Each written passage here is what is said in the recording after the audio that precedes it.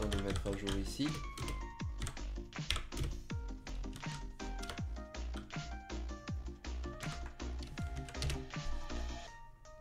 Alors, pour l'instant, pas encore de spectateurs ou de spectatrices.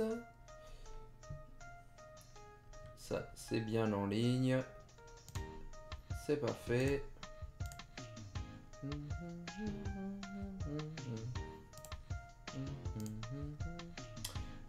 Donc voilà un nouveau stream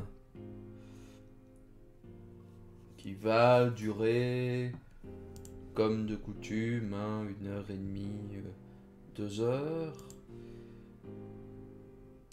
Sur le thème ce soir de la reformulation, c'est-à-dire de l'activité de nommer, de renommer, de dénommer, de nommer encore, grâce à différents outils linguistiques, et notamment une question fondamentale sur les activités cognitives, psycholinguistiques qu'il peut y avoir derrière ces motivations de dénomination et de renomination, de reformulation. Et aussi comprendre, savoir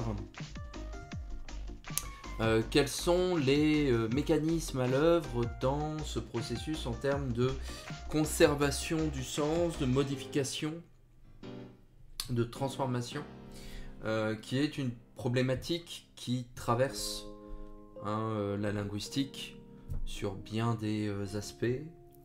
Ça traverse également la linguistique et les versants plus traductologiques, va-t-on dire, des sciences du langage, hein, puisque reformuler, ça peut aussi être formulé dans une autre langue, ça peut être nommé dans une autre langue, ça peut être nommé dans différents états successifs, hein, d'une seule et même langue.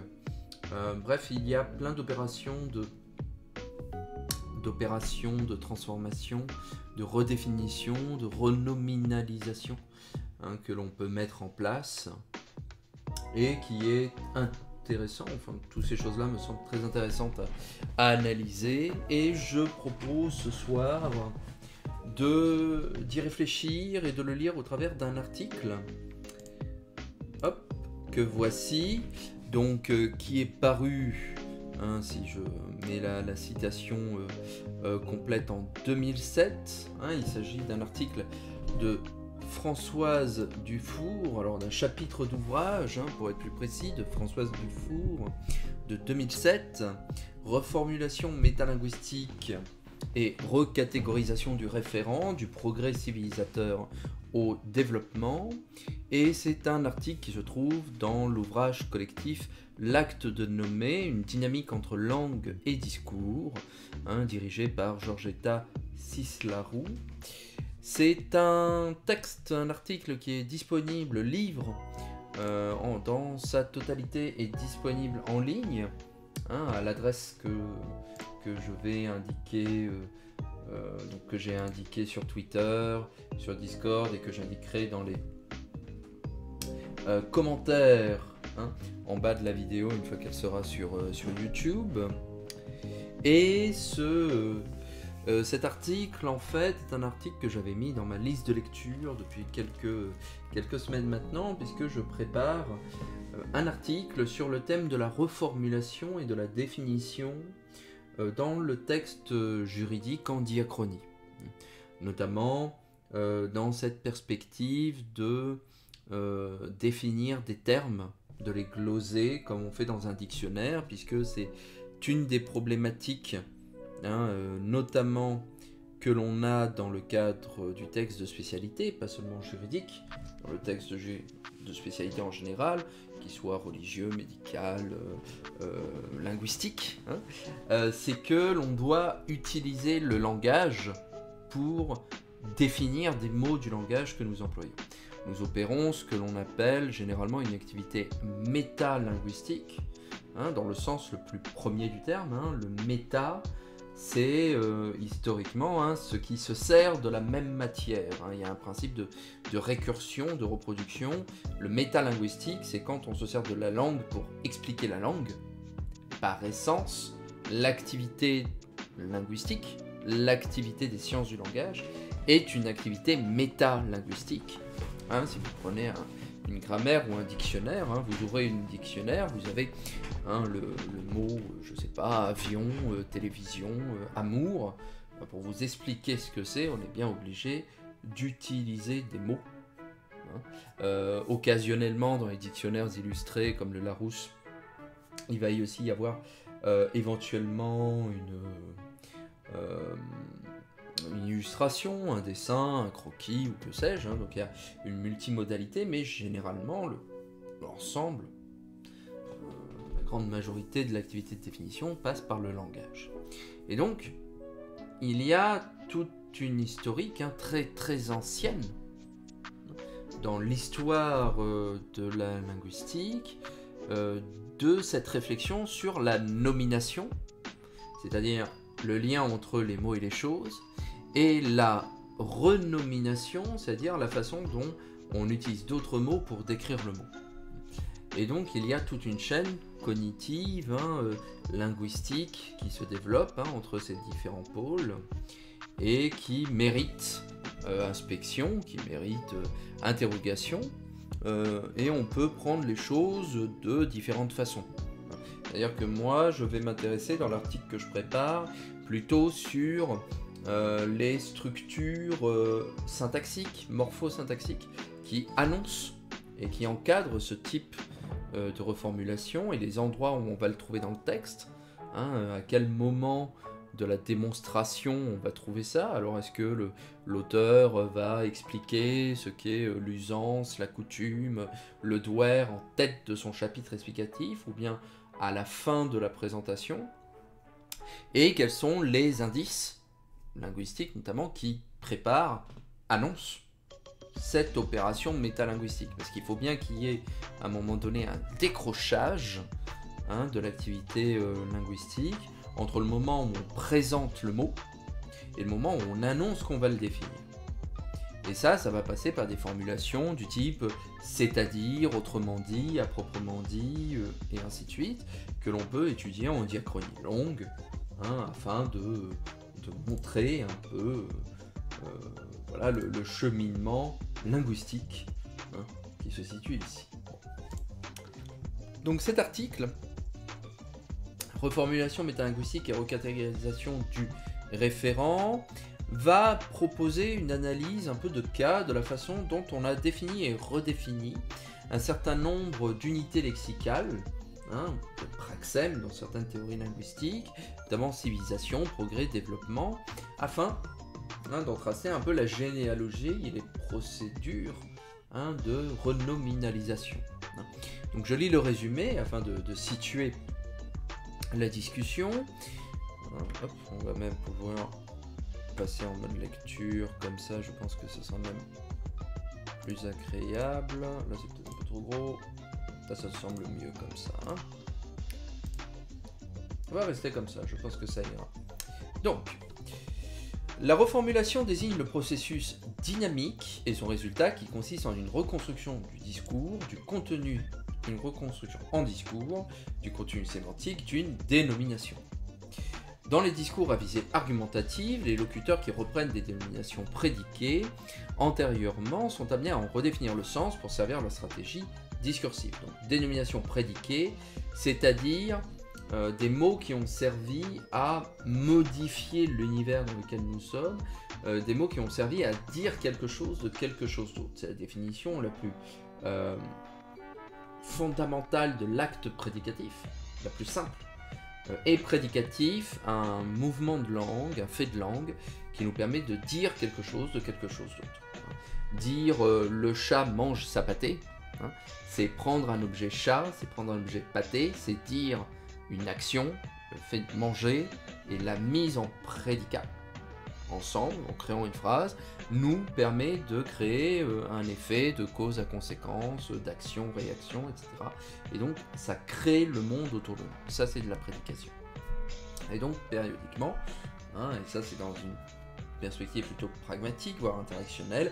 Il faut redéfinir les différents termes que l'on a utilisés dans le texte afin de s'assurer de la pertinence de la démonstration. Pour opérer ce réglage de sens, donc, les locuteurs procèdent à des reformulations métalinguistiques qui produisent le recouvrement du champ sémantique de l'unité discursive reformulée. L'analyse des praxèmes civilisation, progrès et développement dans la formation discursive coloniale fait apparaître un nombre important de reformulations qui construisent, à partir des discours constituants de Lumière, un stéréotype rationnel de catégorisation des groupes humains, civilisation versus barbarie. Au fil des reformulations, les catégories subissent des remodelages par l'ajout ou la modification de propriétés. Avec la rupture historique des décolonisations, les rapports de dominance qui perdurent préservent la continuité discursive et le stéréotype est reformulé en développement versus sous-développement. La reformulation de la dénomination développement acquiert dans les discours postcoloniaux le programme de sens de croissance économique par intégration d'éléments de la formation discursive de la mondialisation économique. Cette composante sémantique nouvelle acquise par reformulation modifie les propriétés catégorielles définitoires du développement et du sous-développement et le rapport aux référents, c'est-à-dire des groupes humains qu'ils désignent. Les reformulations qui modifient le sens des praxèmes enregistrés en langue sont des actes de nomination qui modifient le rapport aux référents. Ça, c'est quelque chose qui est très intéressant à voir, c'est que reformuler ou renommer, ce n'est pas juste expliquer autrement, c'est transformer la relation entre le mot et la chose. On crée une nouvelle unité, on l'enrichit par un sens nouveau.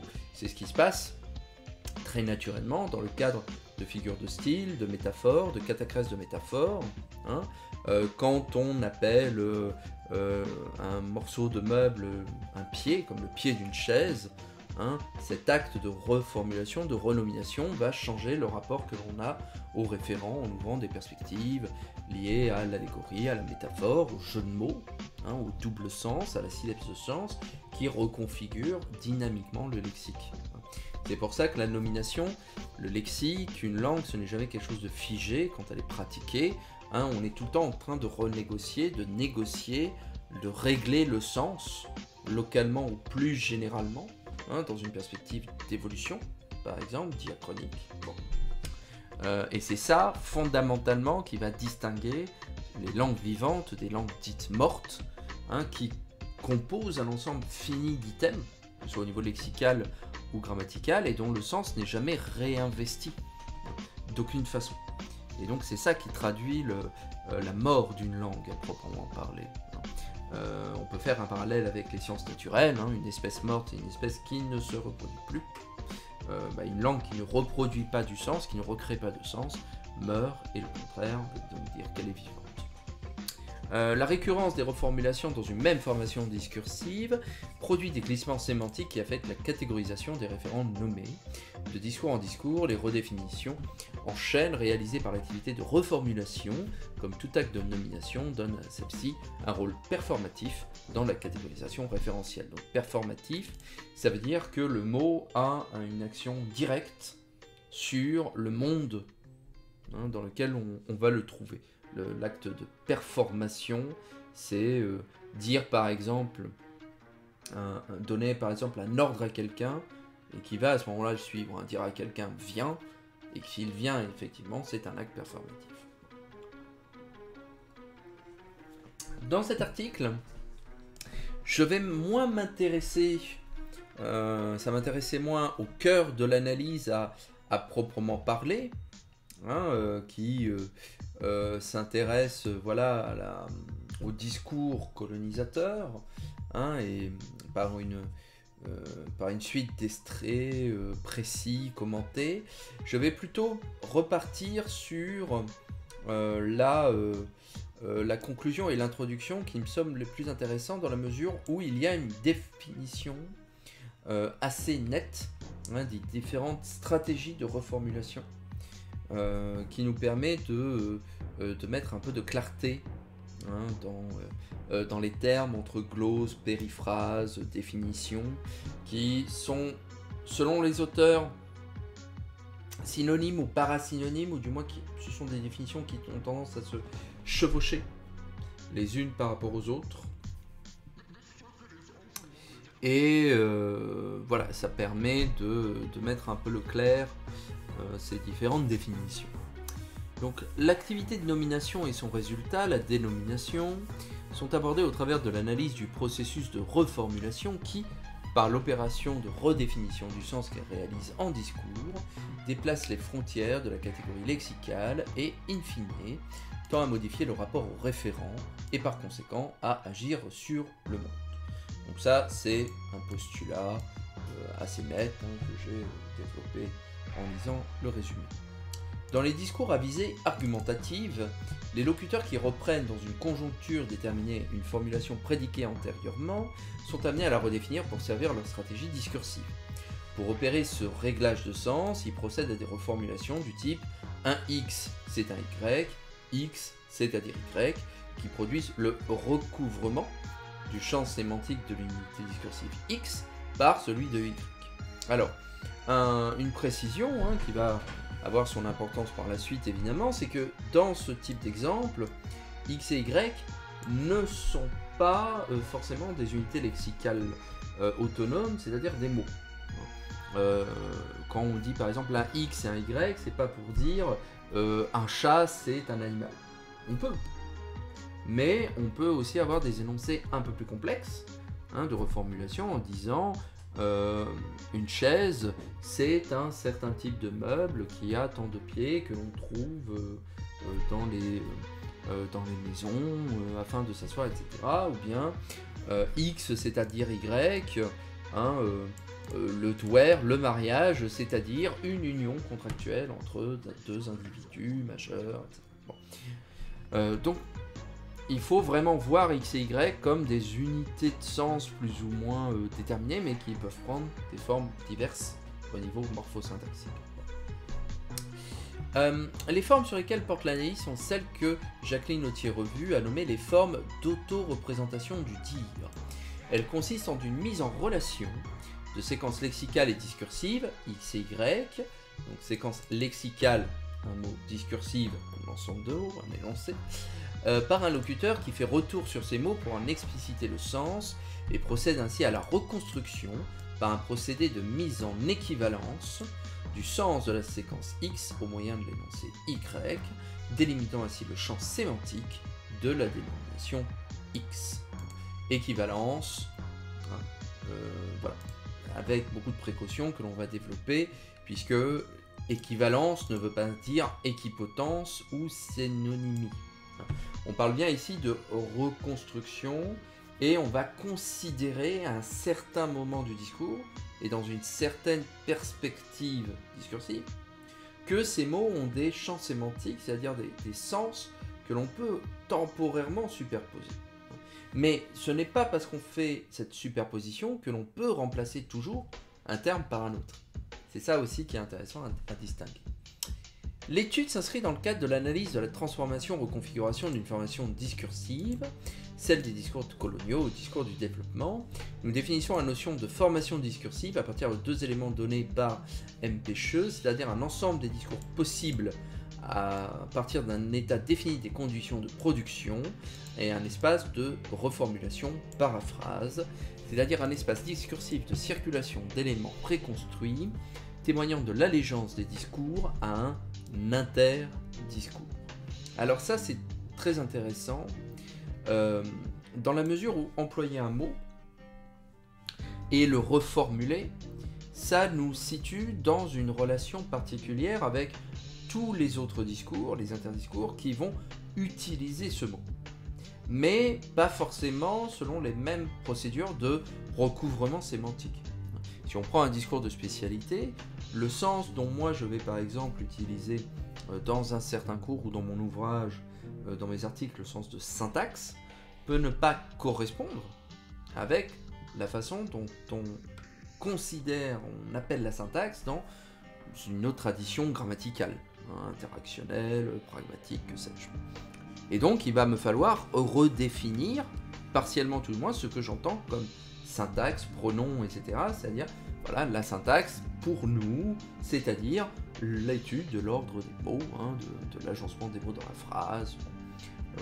Et donc, on va du coup se positionner par rapport à un discours antécédent ou un discours parallèle selon une procédure de réfutation, de confirmation, d'alternative, qui va produire du coup un spectre, un champ de discussion dans lequel le sens va être négocié, trituré, hein, clairsemé, de façon à atteindre hein, une stabilisation, puisque si le sens n'était pas à un moment donné stabilisé entre les personnes qui l'emploient dans ce cercle-là, la communication serait difficile si ce n'est impossible. C'est bien parce qu'à un moment donné, nous nous sommes mis d'accord sur le sens à donner aux différents termes que nous employons, hein, que l'on peut communiquer. C'est là d'ailleurs une incompréhension souvent connue entre des gens, entre des personnes qui appartiennent à un spectre de spécialité et à des personnes qui n'y appartiennent pas, puisque du coup, les sens ne se recouvrent pas nécessairement. Quand un grammairien va parler d'attribut, il entend une construction syntaxique très particulière qui ne correspond pas à ce que l'on peut appeler un attribut dans le sens commun du terme, c'est-à-dire une propriété inhérente d'un objet, hein, l'attribut du chat, l'attribut d'un roi, etc. Et donc, si ces deux personnes-là n'ont pas pris le temps de renégocier collectivement le sens, bah, du coup, elles vont pas se comprendre. Et donc, ça va créer des distorsions, des incompréhensions, des choses comme ça. Donc, toujours s'assurer hein, que l'on est bien d'accord sur la définition des mots que l'on emploie. Hein, parce que sinon, on n'arrive pas à se comprendre. Le corpus qui sert de support à l'analyse est constitué de discours appartenant à l'information discursive des relations entre la France et l'Afrique occidentale. Ça, je passe, ce n'est pas mon intérêt aujourd'hui d'aborder ces discussions. L'idée de progrès acquiert sa lettre de noblesse dans les discours éclairés des encyclopédistes du XVIIIe siècle. Les théoriciens de la colonisation qui s'en saisissent pour asseoir leur projet l'érigent en une idéologie triomphante qui est contestée au sortir de la Seconde Guerre mondiale. Avec les indépendances et l'entrée des États-Unis sur la scène internationale, le champ discursif du progrès se recompose dans les discours du développement. Donc là, on voit qu'il y a un... C'est ça qui est intéressant, moins dans cet exemple-là en particulier que dans le mouvement hein, que l'on a, c'est-à-dire que l'on part d'un mot comme progrès qui est défini une première fois, cette définition stabilisée va alors être réinvestie pour changer le monde, hein, pour avoir un effet pragmatique, prédicatif sur le monde, et puis ensuite, cette valeur-là est contestée, et donc on doit redéfinir le terme pour pouvoir à nouveau se comprendre, et ainsi de suite, hein, sans qu'on puisse vraiment s'arrêter. L'analyse des discours du progrès, qui s'inscrivent dans plusieurs contextes historiques, fait apparaître des seuils qui semblent signaler des ruptures. Donc, contexte historique, période coloniale, on précise. Les textes de signature des indépendances peuvent par exemple être considérés comme un seuil de sortie de formation discursive. Ça, après, c'est de la délimitation de corpus. Simultanément, les discours reliés par l'interdiscours donnent à lire une certaine continuité dans des reprises et des transformations d'éléments antérieurs, de telle sorte que les frontières discursives délimitant une formation discursive d'une autre sont insaisissables. Ce problème voilà, fait penser évidemment à ce que dit Michel Foucault dans l'introduction de l'archéologie du savoir. Ça, c'est effectivement quelque chose qui étonne, mais qui n'est pas surprenant. C'est toujours une même question, enfin c'est une question qui traverse l'épistémologie et les réflexions scientifiques depuis très longtemps, c'est la question des ruptures et des continuités. Vous prenez un mot comme grammaire, c'est un terme que l'on va trouver sous différents vocables selon les langues du monde depuis l'Antiquité jusqu'à aujourd'hui, mais il va sans doute de soi, il semble évident de dire que ce que moi j'appelle grammaire, ce que les scientifiques, les linguistes aujourd'hui appellent grammaire, ce n'est pas ce que Cicéron appelait grammaire. Mais pourtant, il y a suffisamment de points de continuité entre ces appellations de grammaire et tous les discours alentours pour que l'on ne puisse pas déterminer une rupture franche entre ces emplois. Donc il y a bien quelque chose qui se joue dans la continuité et il y a quelque chose qui se joue dans la frontière. Mais où va se situer la borne entre ces définitions, ça, c'est une autre paire de manches, hein, et on n'a pas nécessairement de réponse nette avec ça, que ce soit en général ou en particulier. Parce qu'il y a cette tentation de créer une règle universelle, et puis après, une tentation de créer des règles particulières, hein, et ça, c'est pas du tout la même chose, quoi. Donc,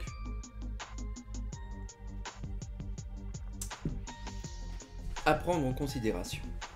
Après avoir annonce du plan, donc, après avoir circonscrit la notion de reformulation, parmi les notions traitant des phénomènes de reprise et de redéfinition sémantique, nous analysons ces marques et leurs effets dans quelques extraits de corpus, et nous sommes par conséquent conduits à envisager le rôle qu'elles jouent dans l'activité de catégorisation propre à la nomination. Et la catégorisation, qui est un terme polysémique, même dans le champ de spécialité des sciences du langage, donc là on est dans une perspective de reformulation.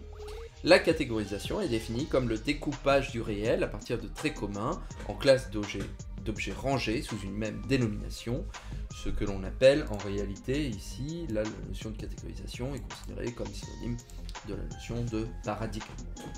En fait, on est dans cette perspective plutôt paradigmatique, verticale, du classement des objets dans lequel deux objets appartenant au même paradigme sont théoriquement commutables entre eux. On peut les remplacer sans engager la structure générale de l'énoncé, par exemple. Le sens ne va pas évoluer.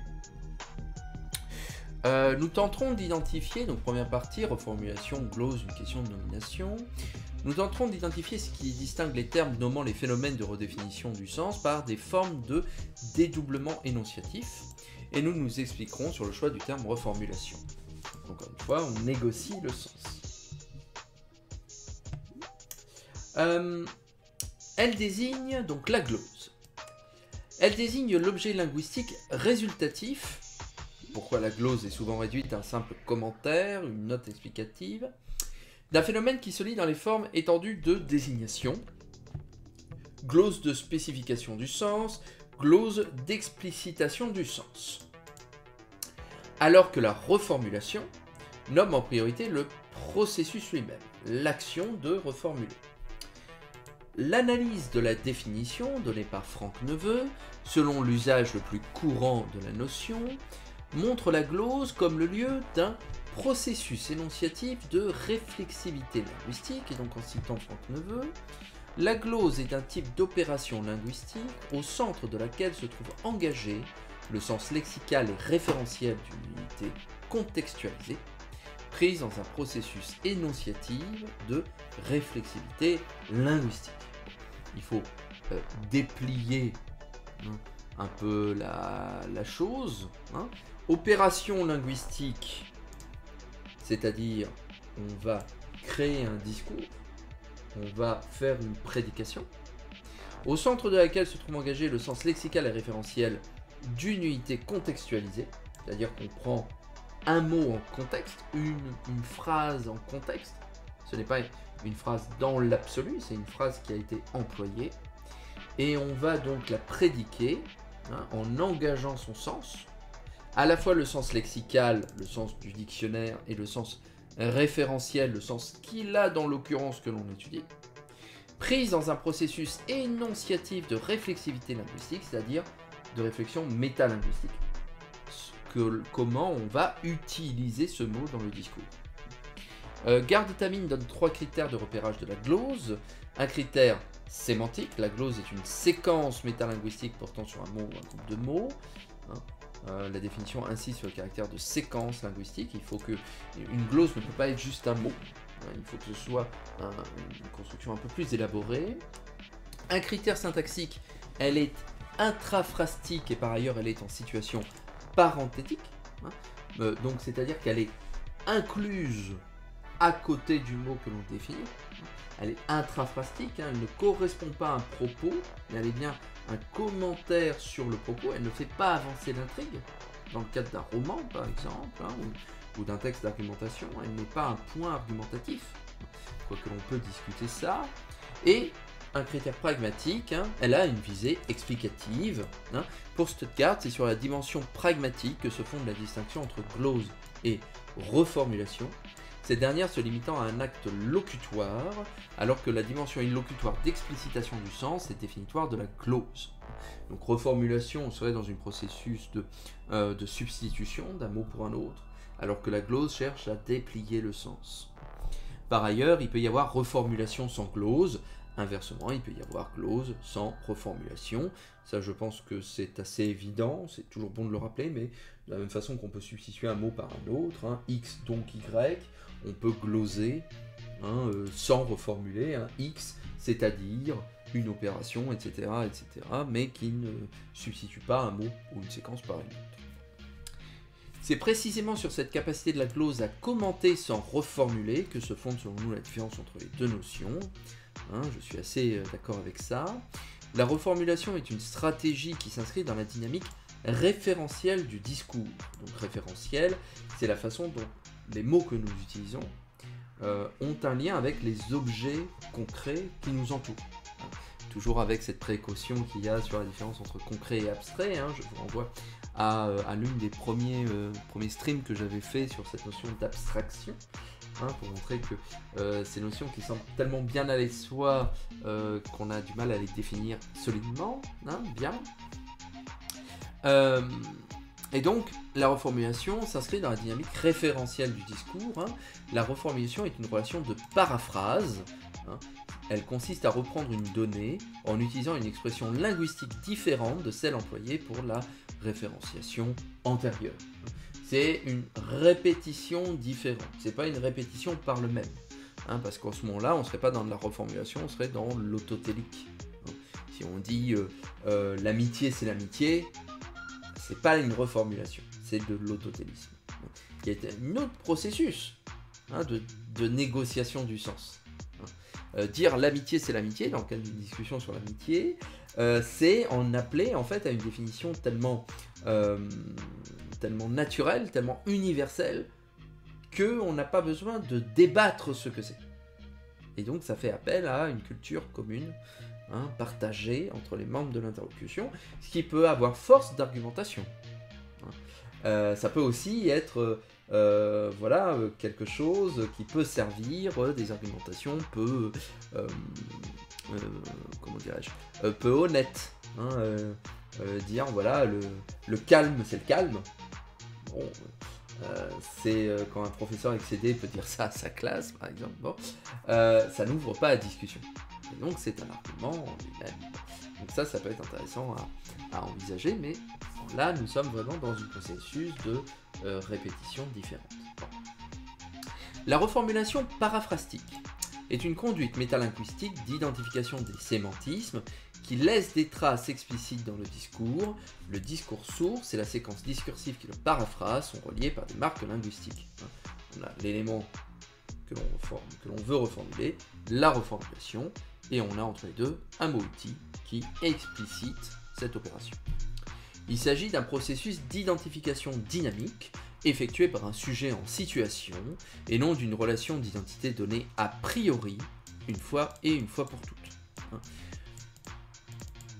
On dit bien que voilà, on est en situation, la reformulation ne vise pas à substituer dans tous les discours possibles et imaginables le mot premier, ou l'expression première, mais bien dans le cas très circonscrit d'un discours, et des discours avec qui il rentre en relation, de se mettre d'accord sur une certaine définition, reformulation du terme. Cela relève donc de la métaprédication d'identification plutôt que de la prédication d'identité.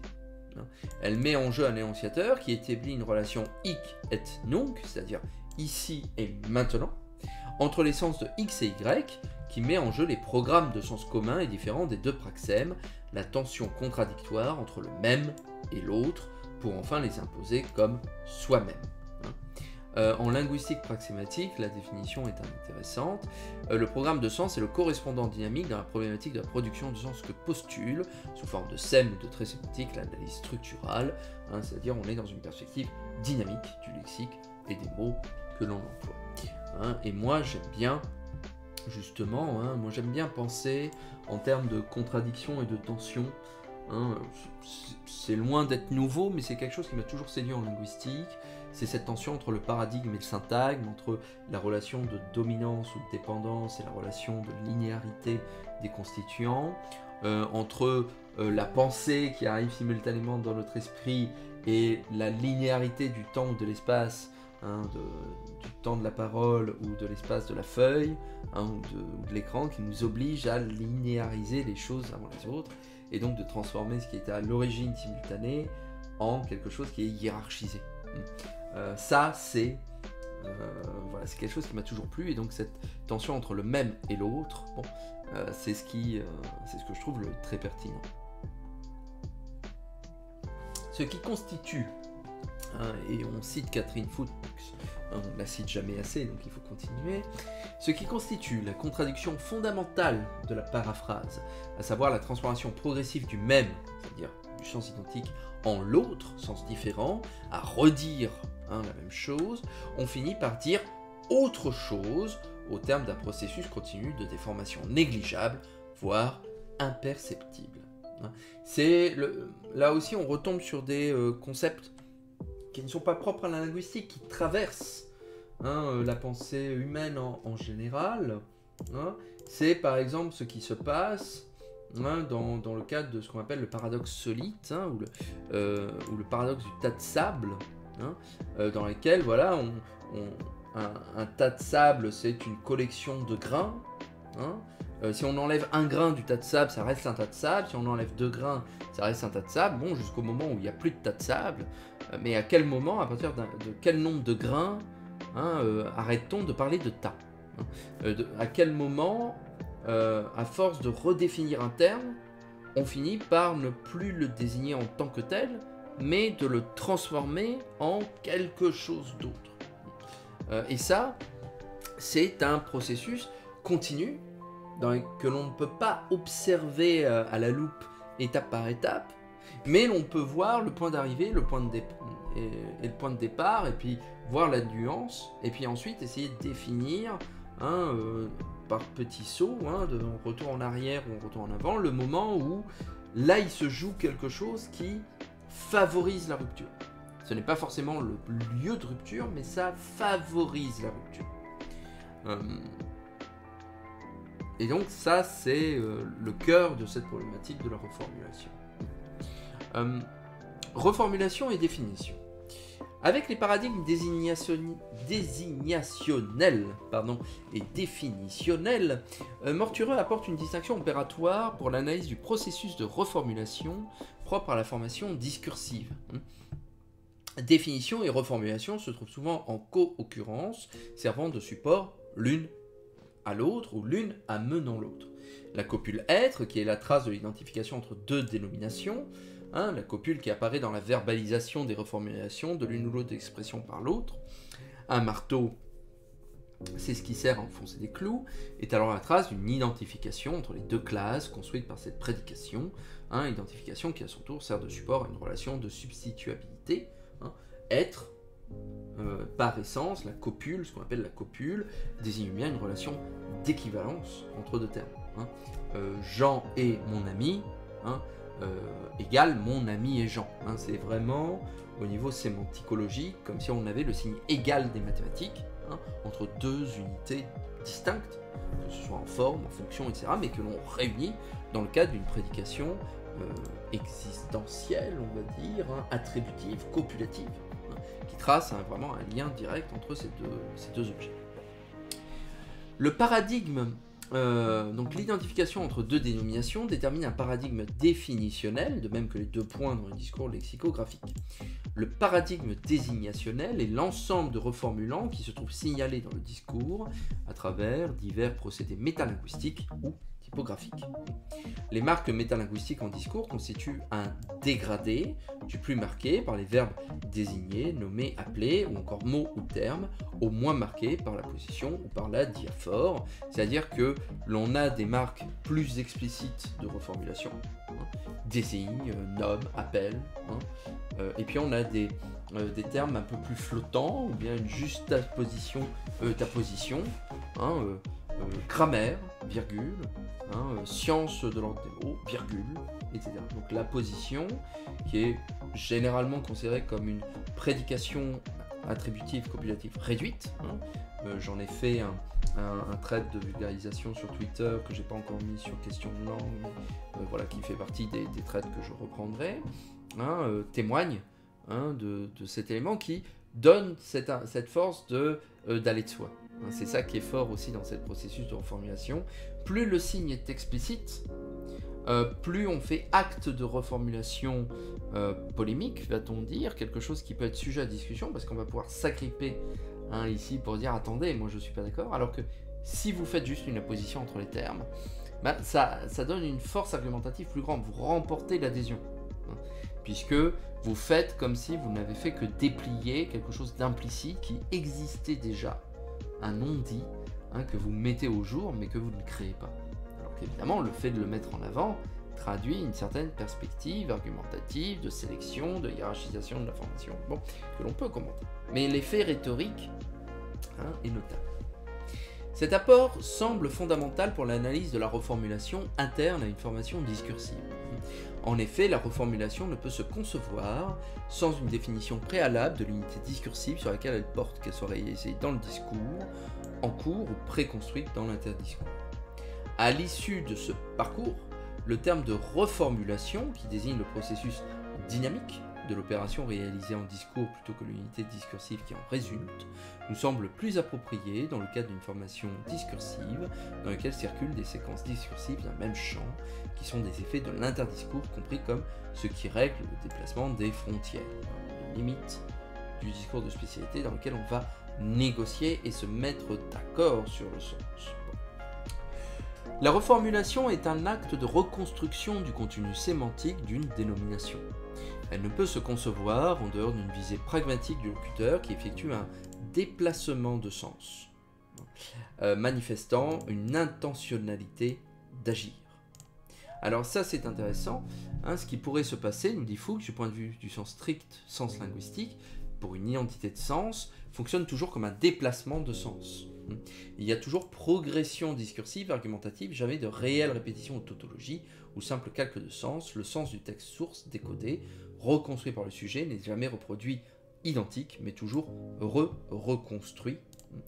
Ça appelle effectivement ce commentaire-là, c'est-à-dire que d'une part, le sens dans un texte évolue toujours, ne serait-ce parce que les contextes d'emploi d'un mot, par exemple, évoluent au fur et à mesure du texte, il se charge des informations textuelles qui ont été données préalablement et qui permettent du coup de le réactualiser à chaque instant qu'il est nommé. Mais du reste, cette notion de déplacement de sens, ça appelle aussi un autre univers intéressant à considérer pour la sémantique, c'est le domaine de la métaphore. Puisque par définition, étymologiquement, métaphore, ça veut dire transport ou déplacement.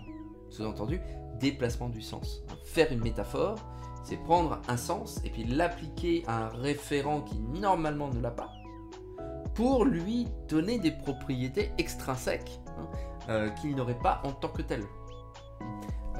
C'est ça un processus de métaphorisation.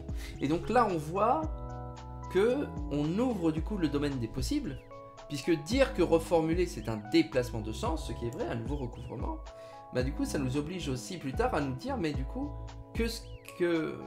comment va-t-on distinguer la reformulation de la métaphore, hein, par quel chemin, quelles sont les frontières entre ces deux éléments. Ça va être plus intéressant, ça va être voilà, passionnant à interroger. Ce n'est pas le cas dans ce texte, mais c'est une question que l'on peut se poser. C'est d'autant plus vrai dans l'étude des formations discursives marquées d'idéologie, dans lesquelles les énonciateurs expriment leur engagement au service d'une cause qu'ils défendent, donc ça va de soi. Les termes d'équivalence sémantique, hérités de la définition classique de la paraphrase, n'apparaît pas adapté puisque le processus de reformulation réalise un déplacement de sens.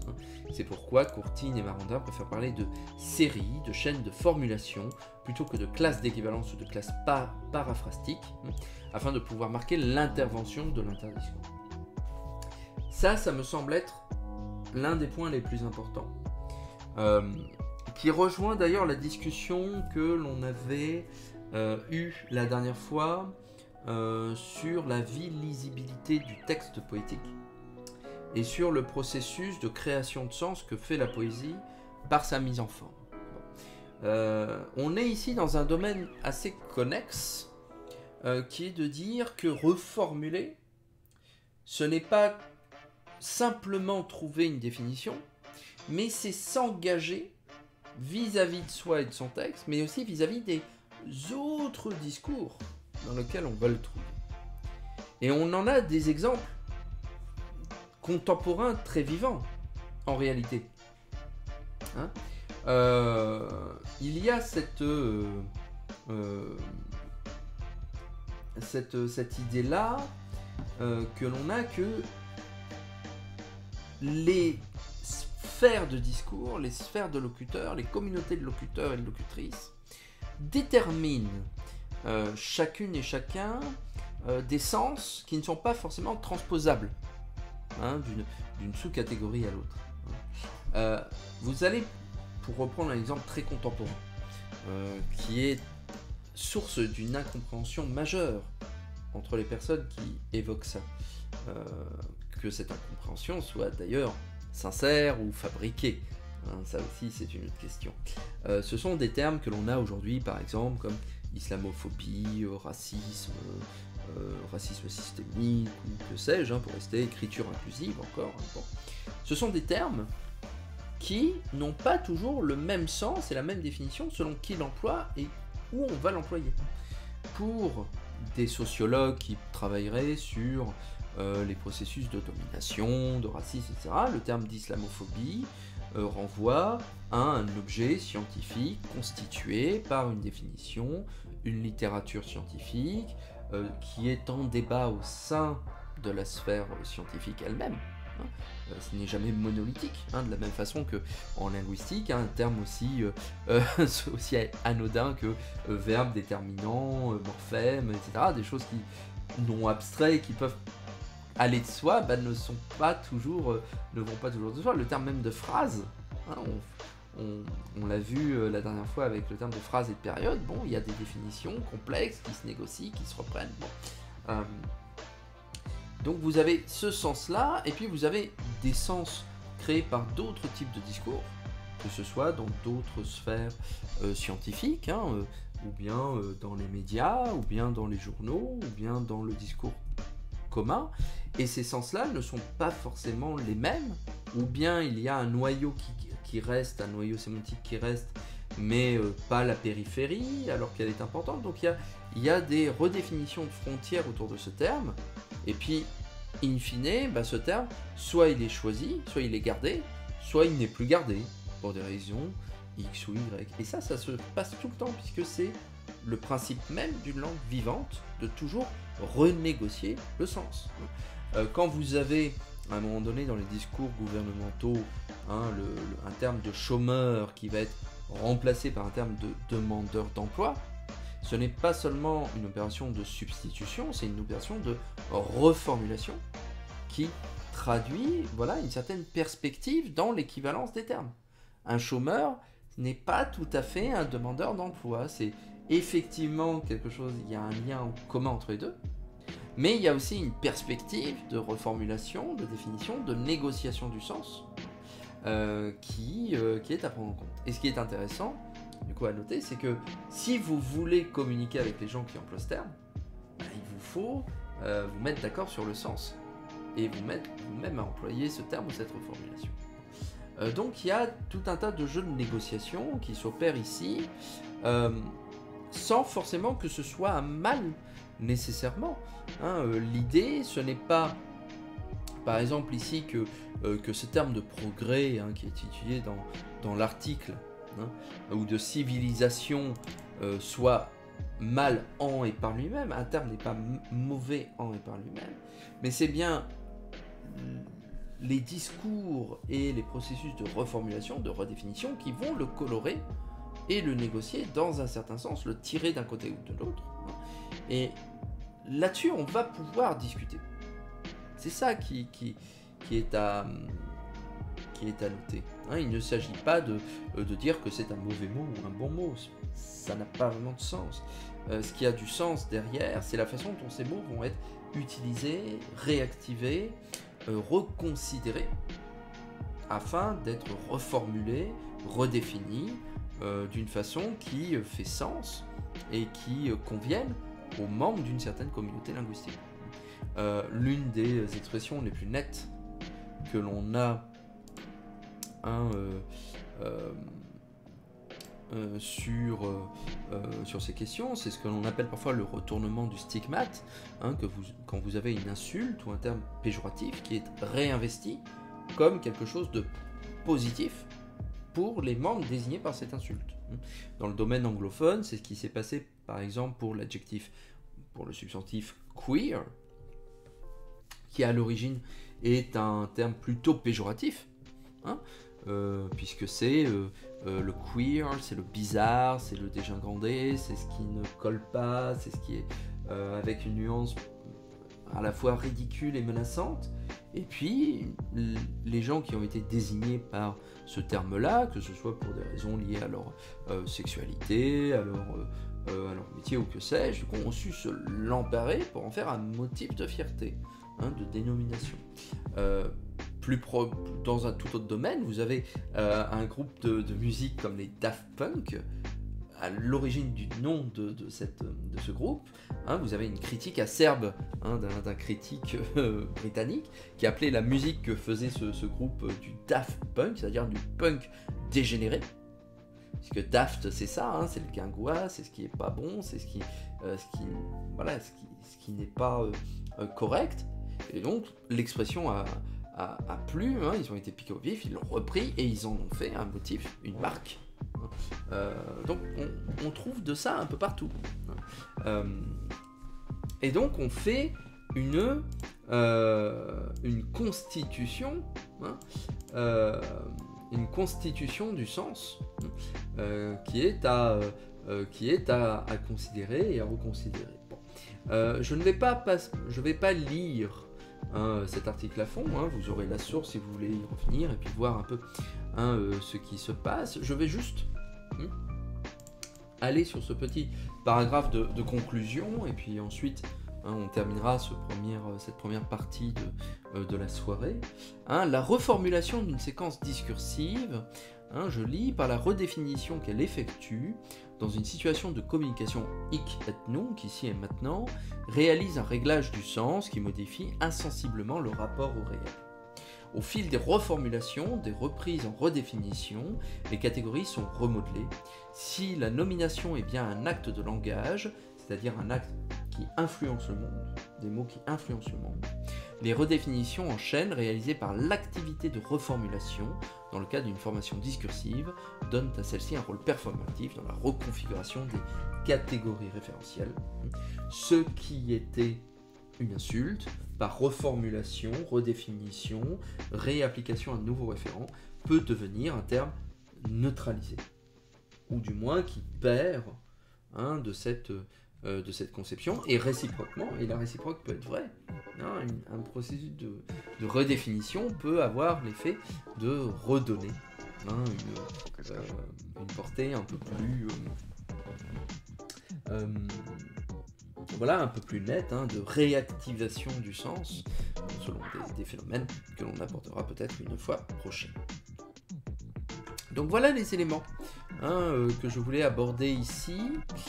Donc je redonne le titre de l'article, reformulation métalinguistique et recatégorisation du référent, du progrès civilisateur au développement. C'est un article de Françoise Dufour de 2007, dans le livre L'acte de nommer, une dynamique entre langue et discours, dirigé par Georgetta Cislarou. L'article, le chapitre se trouve aux pages 165 à 176 et l'article est disponible en ligne à l'adresse que vous aurez dans la description de la vidéo sur Twitter ou sur Discord, sur les messages d'annonce de ce stream. Merci d'être là, peu de spectateurs, spectatrices ce soir, plus en replay, ce n'est pas grave. Du coup, on va basculer sur la deuxième partie de notre émission, de l'émission du soir, sur Blaster Master Zero, qui est un autre cas intéressant de reformulation, mais cette fois-ci dans le domaine vidéoludique.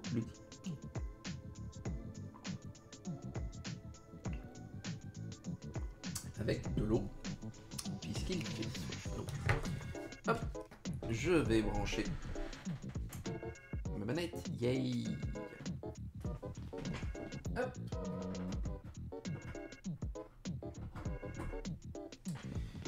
Et donc nous allons lancer le jeu Blaster Master Zero. Alors, normalement c'est bon. Est-ce que le son est bon? Est-ce que c'est pas trop fort? On entend le son mais sans entendre parler. Il faut d'ailleurs que je désactive le son, hop, de la web radio. Voilà, ça va très bien, parfait. Hop, alors, Blaster Master Zero, jeu de 2019 qui est donc un remake, une refonte d'un jeu originel, sorti originalement en 1988 sur NES. C'est un jeu de Sunsoft, qui est un développeur assez célèbre de l'histoire du jeu vidéo, mais qui n'est pas forcément des plus connus, comparé à d'autres ténors du genre, les Nintendo, les Sega, les Blizzard, ou que sais-je, voilà, les Ubisoft. Sunsoft est une compagnie qui a produit d'excellents jeux dans la période des 8 et 16 bits, hein, donc deuxième moitié des années 80, première moitié des années 90, et dont ensuite on a moins parlé. D'ailleurs, il me semble que le studio, à un moment donné, a été racheté, hein, par je ne sais qui. Non, Sunsoft reste indépendant, mais voilà, ils ont restreint leurs activités au seul Japon, puisqu'ils ont frôlé la banqueroute au milieu des années 90. Et donc, ils ont dû se recentrer. Et donc, périodiquement, ils ressortent des petits jeux d'arcade. Et ils ont surpris en proposant un remake de Blaster Master Zero, qui est un classique de la NES. Là, au fur et à mesure du temps, vous voyez l'histoire du jeu, hein, sur l'écran. J'ai déjà commencé l'aventure. Hein, on va reprendre à peut-être, on va dire, au quart, au cinquième de l'aventure. Le concept est assez simple. L'histoire a été un peu modifiée, hein, par rapport à l'original. Dans l'original, là vous voyez, il trouve une grenouille mutante. Notre héros trouve une grenouille mutante qui va finir par s'échapper dans les souterrains qui venaient d'une ancienne civilisation humaine qui a été éradiquée suite à une ère glaciaire féroce. Dans l'original, c'est une grenouille tout à fait normale qui, en se promenant dans le jardin, tombe sur des déchets radioactifs qui traînaient par là. Ça arrivait apparemment assez fréquemment à la fin des années 80, si j'en crois la culture populaire de l'époque. Bon. Et puis, ni une ni deux, on trouve le jeune homme trouve un tank que voici. Il rentre dedans et il se dit, bah tiens, je vais aller défourailler du mutant pour aller sauver ma grenouille. Ce qui change, on va le dire, des princesses enlevées de Mario, hein, ou de Zelda. Hein, mais du coup, ça donne quelque chose d'assez atypique. Hein. Donc on va reprendre la partie, hein, que j'ai commencé. Hein, voilà, j'ai joué 1h43. Et le concept est assez simple. Le jeu se présente comme un jeu de labyrinthe, un jeu d'aventure type labyrinthe, où l'on va diriger notre personnage dans son tank, dans des phases en 2 dimensions,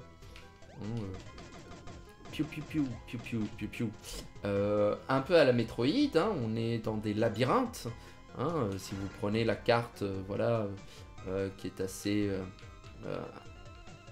grande, et donc on doit explorer ensuite des petites cavernes, hein, symbolisées sur l'écran par ces demi-cercles jaunes et noirs, dans lesquels on va pouvoir rentrer, et en rentrant dedans, on va pouvoir accéder à des séquences d'action en vue de dessus, en vue plongeante. Donc c'était un jeu qui était très ambitieux à l'époque, qui mélangeait plusieurs phases de gameplay, mais qui avait à l'époque un défaut majeur qui l'a empêché d'être connu plus que par les aficionados de l'époque, c'est qu'il n'avait pas de sauvegarde intégrée. Il n'y avait ni sauvegarde ni mot de passe, et donc on ne pouvait pas reprendre sa partie si on mourait ou on arrêtait un peu trop longtemps. Est-ce que je peux... Ah, non, je peux pas atteindre cette zone-là, donc... Bah, on va redescendre. Et donc, ça l'a empêché d'avoir un succès au-delà des connaisseurs de l'époque, alors que le jeu est très bon. Le jeu est vraiment excellent. Il a une densité au niveau de son propos qui force le respect, sincèrement.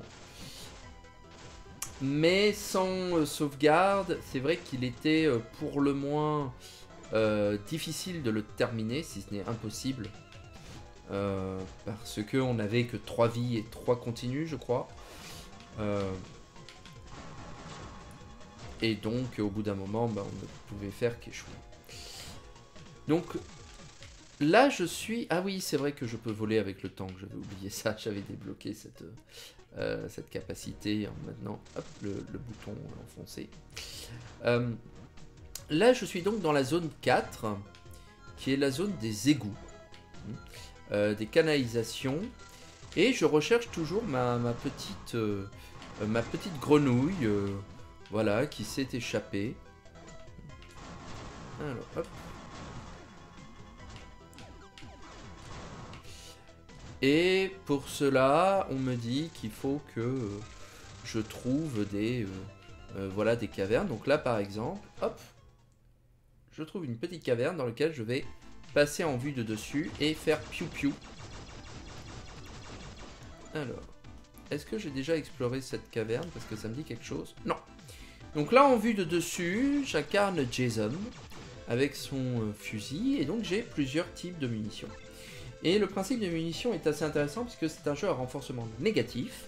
C'est-à-dire que on récolte des bonus pour augmenter le niveau de son arme. Chaque arme a une fonction plus ou moins déterminée.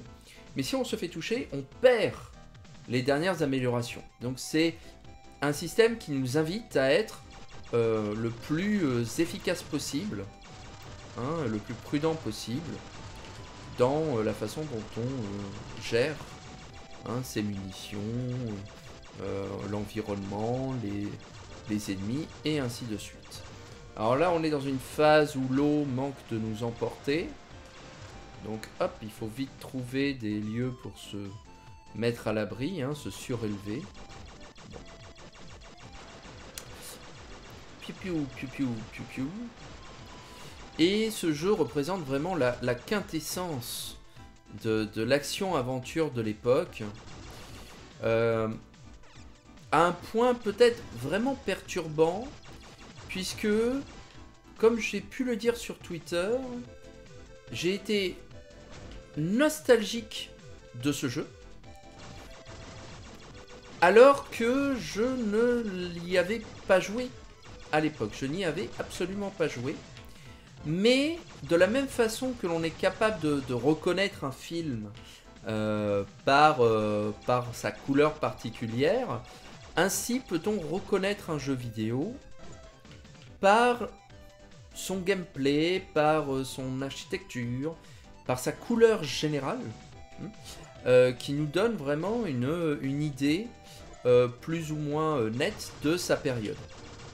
Là par exemple, c'est un jeu qui respire dans son architecture, dans la façon qu'il a de composer ses musiques, de créer son histoire, qui est très caractéristique de cette époque des années 80, fin 80, début 90, à un niveau qui est assez presque perturbant, aurais-je envie de dire. Mais ça pose du coup des questions intéressantes sur ce qu'implique le processus de reformulation dans un jeu vidéo. Puisque là, on est dans une démarche qui est assez fréquente dans le média jeu vidéo, qui est celui de la reprise. Alerte, goûter de tétard. Alors le goûter de tétard, je pense que c'est un boss, voilà, où on va avoir des ennemis qui vont apparaître. Et heureusement, j'ai une arme qui fait des chaînes électriques quand il y a plusieurs ennemis, plaf, sur l'écran, donc qui me permet de les tuer facilement. Donc c'est un jeu, voilà, qui nous oblige, qui nous invite à être intelligent avec les armes que l'on utilise pour faire face aux situations les plus diverses. Piou. Ouf. Les tétards m'attaquent. Non.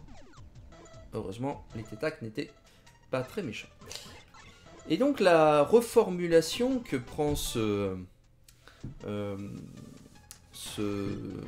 jeu est assez intéressant puisque il est d'une très grande. Alors, est-ce que l'on va pouvoir... Ouais, on va prendre... Donc on peut aussi augmenter les armes pour le tank. Piou. Ça c'est bien ça. Ah, par contre quand on rentre dans une caverne après les ennemis repopent. Alors qu'est-ce qu'on a ensuite ici? On peut descendre par la gauche, on peut descendre par la droite, on va essayer de descendre par la droite peut-être. Bref. Ah. La reformulation qui caractérise ce jeu est finalement assez standard dans le milieu du jeu vidéo. C'est-à-dire que l'on a une refonte graphique assez belle, je dois dire, puisque il y a cette caractéristique-là d'être agréable à l'œil aujourd'hui, au niveau des couleurs, au niveau des formes, sans trahir le matériau original du jeu. Vraiment, je vous encourage. Est-ce que l'on peut bien tirer? Il me faut peut-être une... Est-ce que j'ai de quoi? Non. Je crois que j'ai pas encore de quoi activer cette porte. Donc il faut passer de l'autre côté. Donc on a cette idée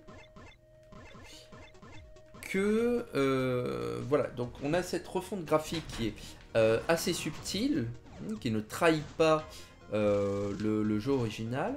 Les musiques ont été légèrement remixées de même, mais rien non plus de trop grandiloquent.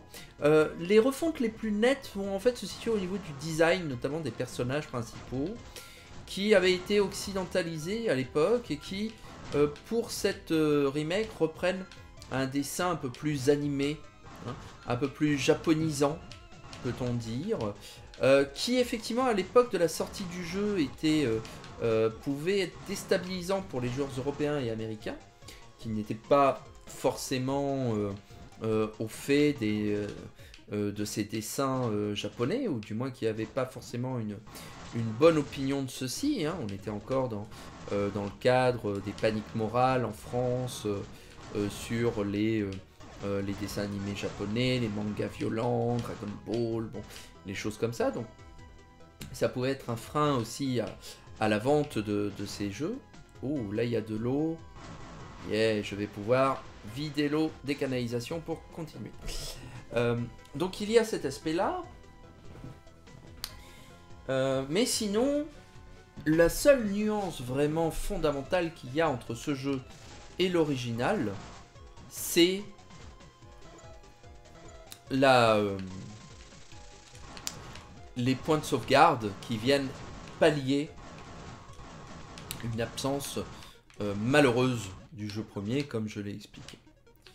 Et donc à ce moment-là, il faut se poser la question, et je pense que je trouve que c'est une question intéressante à envisager, c'est est-ce que ce jeu, Blaster Master Zero, est une répétition, un peu comme une reformulation du même en un autre, ou est-ce que l'on peut le considérer comme un tout autre jeu?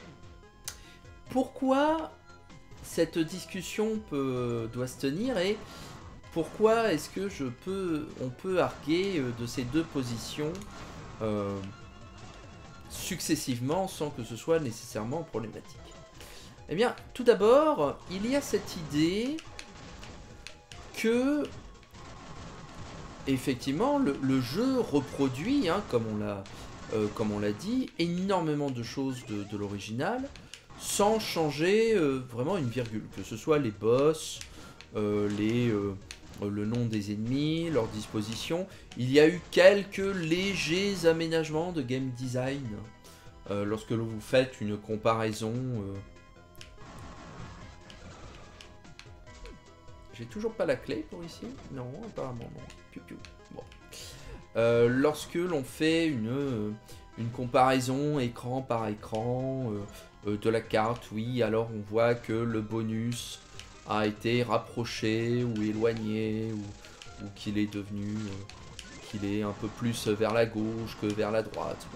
Bon.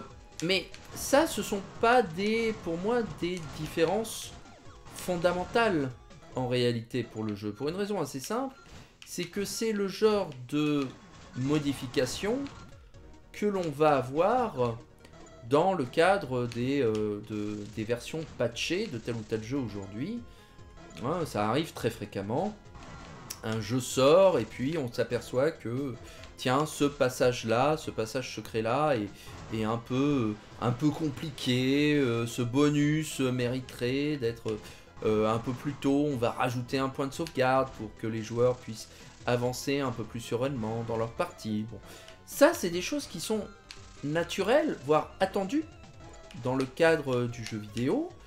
Et donc, je vois pas pourquoi on ferait une exception dans le cadre des remakes, hein, qui voilà, procèdent de cette même problématique d'équilibrage, hein, des éléments les uns par rapport aux autres. Hein, il me semblerait absurde, du moins je ne vois pas en quoi cette discussion pourrait être pertinente dans ce cadre-là en particulier.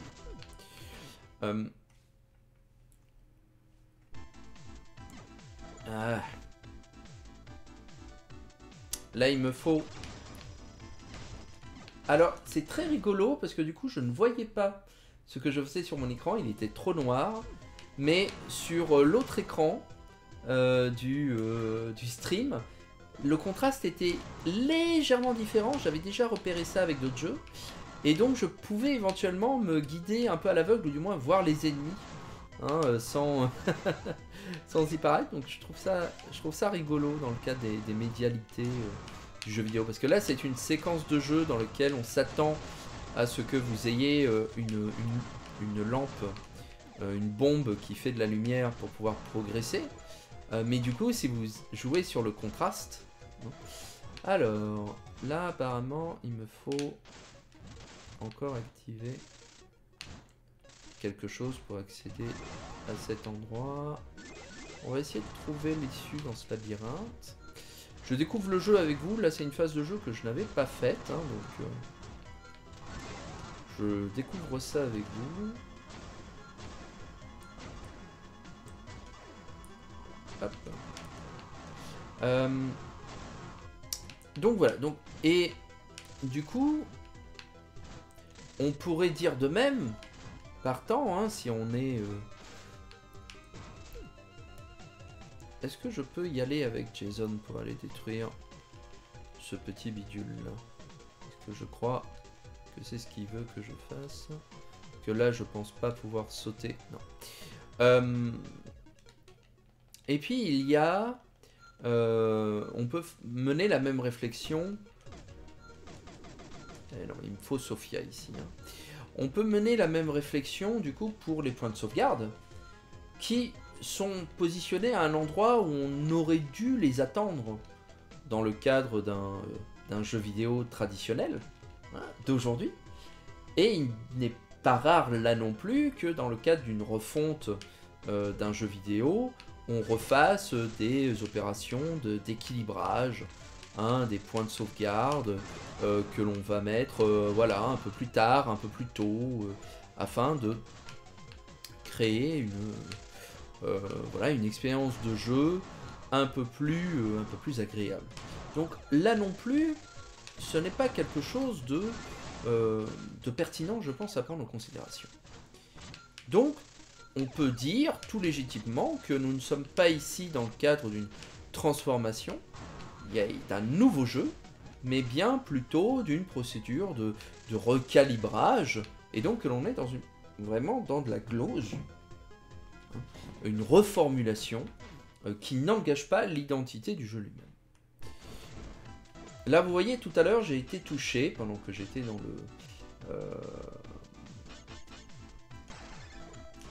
dans l'endroit sombre, et donc je me retrouve sans mon tir puissant que j'avais tout à l'heure.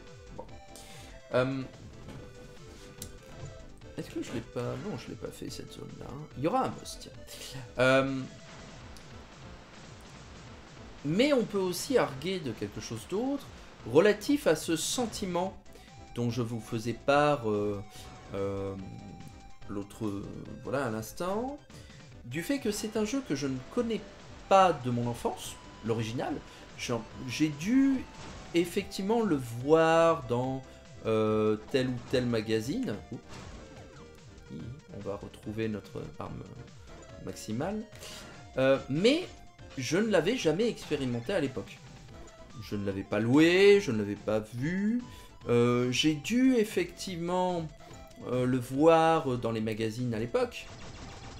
Ça, je le crois. Mais je n'avais pas particulièrement de... Je ne peux pas passer par là. Non. Je n'avais pas particulièrement joué à ce jeu d'une façon ou d'une autre. Bon. Et pourtant, je l'ai senti, cette nostalgie. Et je présume que quiconque ayant joué à ce jeu aujourd'hui ont eu le même sentiment. J'en ai eu un écho sur Twitter qui me semble conforter effectivement ce que je pensais. Hein. Mais cela voilà, m'intrigue. Parce que du coup, si l'on est dans cette nostalgie empruntée, si je puis dire, ça veut dire que le message du jeu, son identité, n'est pas tout à fait la même au regard du jeu original. Parce que le jeu original, quand il est sorti à son époque, était cohérent avec l'environnement de sa sortie. Il n'était pas anachronique, puisqu'il faisait partie de l'arrière-garde, hein, peut-on dire, des jeux d'action du temps. Mais aujourd'hui, reprendre ce même jeu, même ripoliné comme il l'est aujourd'hui, c'est-à-dire avec des nouveaux graphismes, une musique, des points de sauvegarde et tutti quanti, bon, ça ne fait que créer cette impression très étrange, hein, de quelque chose qui n'est pas à sa place. Ça fait un peu ce même sentiment, alors mutadis mutandis, hein, que l'on aurait avec les films d'Azanavicius, hein, The Artist ou SS-117, hein, qui jouent, hein, justement sur cette sur ce bascule, hein, entre la recréation actuelle d'un événement passé, sauf que on n'est pas ici dans le cadre de la reproduction, hein, mais enfin de la reformulation d'une œuvre passée, mais bien de la création d'une nouvelle œuvre qui emprunte des codes plutôt archaïsants, et c'est ça qui leur donne leur dimension de pastiche, hein, comme on le sait. Bon. Donc, en ce sens-là, et parce que le message du coup du jeu évolue, avec sa ressortie sur les consoles récentes,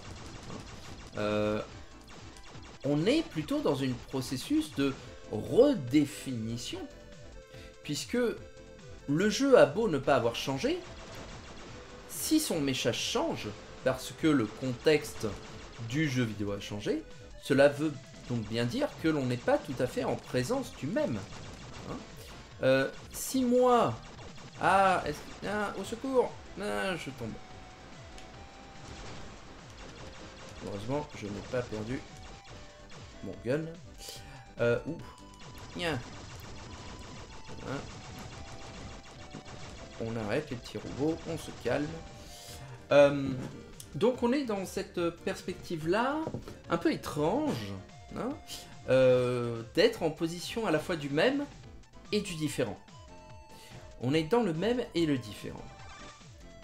Et c'est finalement le devenir de tous les jeux, de toutes les œuvres culturelles. Puisque les œuvres culturelles finissent, ou du moins celles qui sont dans l'arrière-garde au moment de leur création, par vieillir, devenir nostalgiques, et ainsi de suite, jusqu'à ce qu'on les réactualise. Or, il n'y a que peu de médias, finalement, qui subissent ça. Il y a des opérations de modernisation, il y en a eu en littérature, notamment du point de vue orthographique, pour les œuvres de la Renaissance par exemple, ou du français classique. Ce n'est plus le cas aujourd'hui, puisque notre orthographe est plus ou moins stabilisée depuis le 19e siècle. On a ça dans le domaine du cinéma, hein, et on a ça dans le domaine du jeu vidéo. Ah! Alerte! Nouveau boss, la salamandre éclair. Piou piou piou! Tiens la salamandre! Je n'aime pas les salamandres! Ouf, t'as failli m'avoir, toi. Ah! Range ta langue! Range ta langue! Voilà. Piou piou. Oui, il ne faudra pas isoler. Je pense que il ne faudra pas trop isoler ce clip du range ta langue parce qu'on risquerait de se méprendre. Charge éclair. Arme secondaire, déclenchant une charge à haute vitesse dans la direction à laquelle Sophia fait face. Neat. Et donc à chaque fois on peut se poser la question, est-ce que l'on est face à une autre œuvre?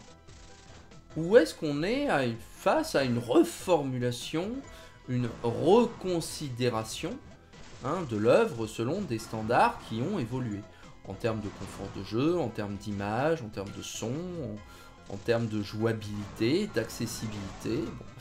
Bon. Comment va-t-on considérer ça?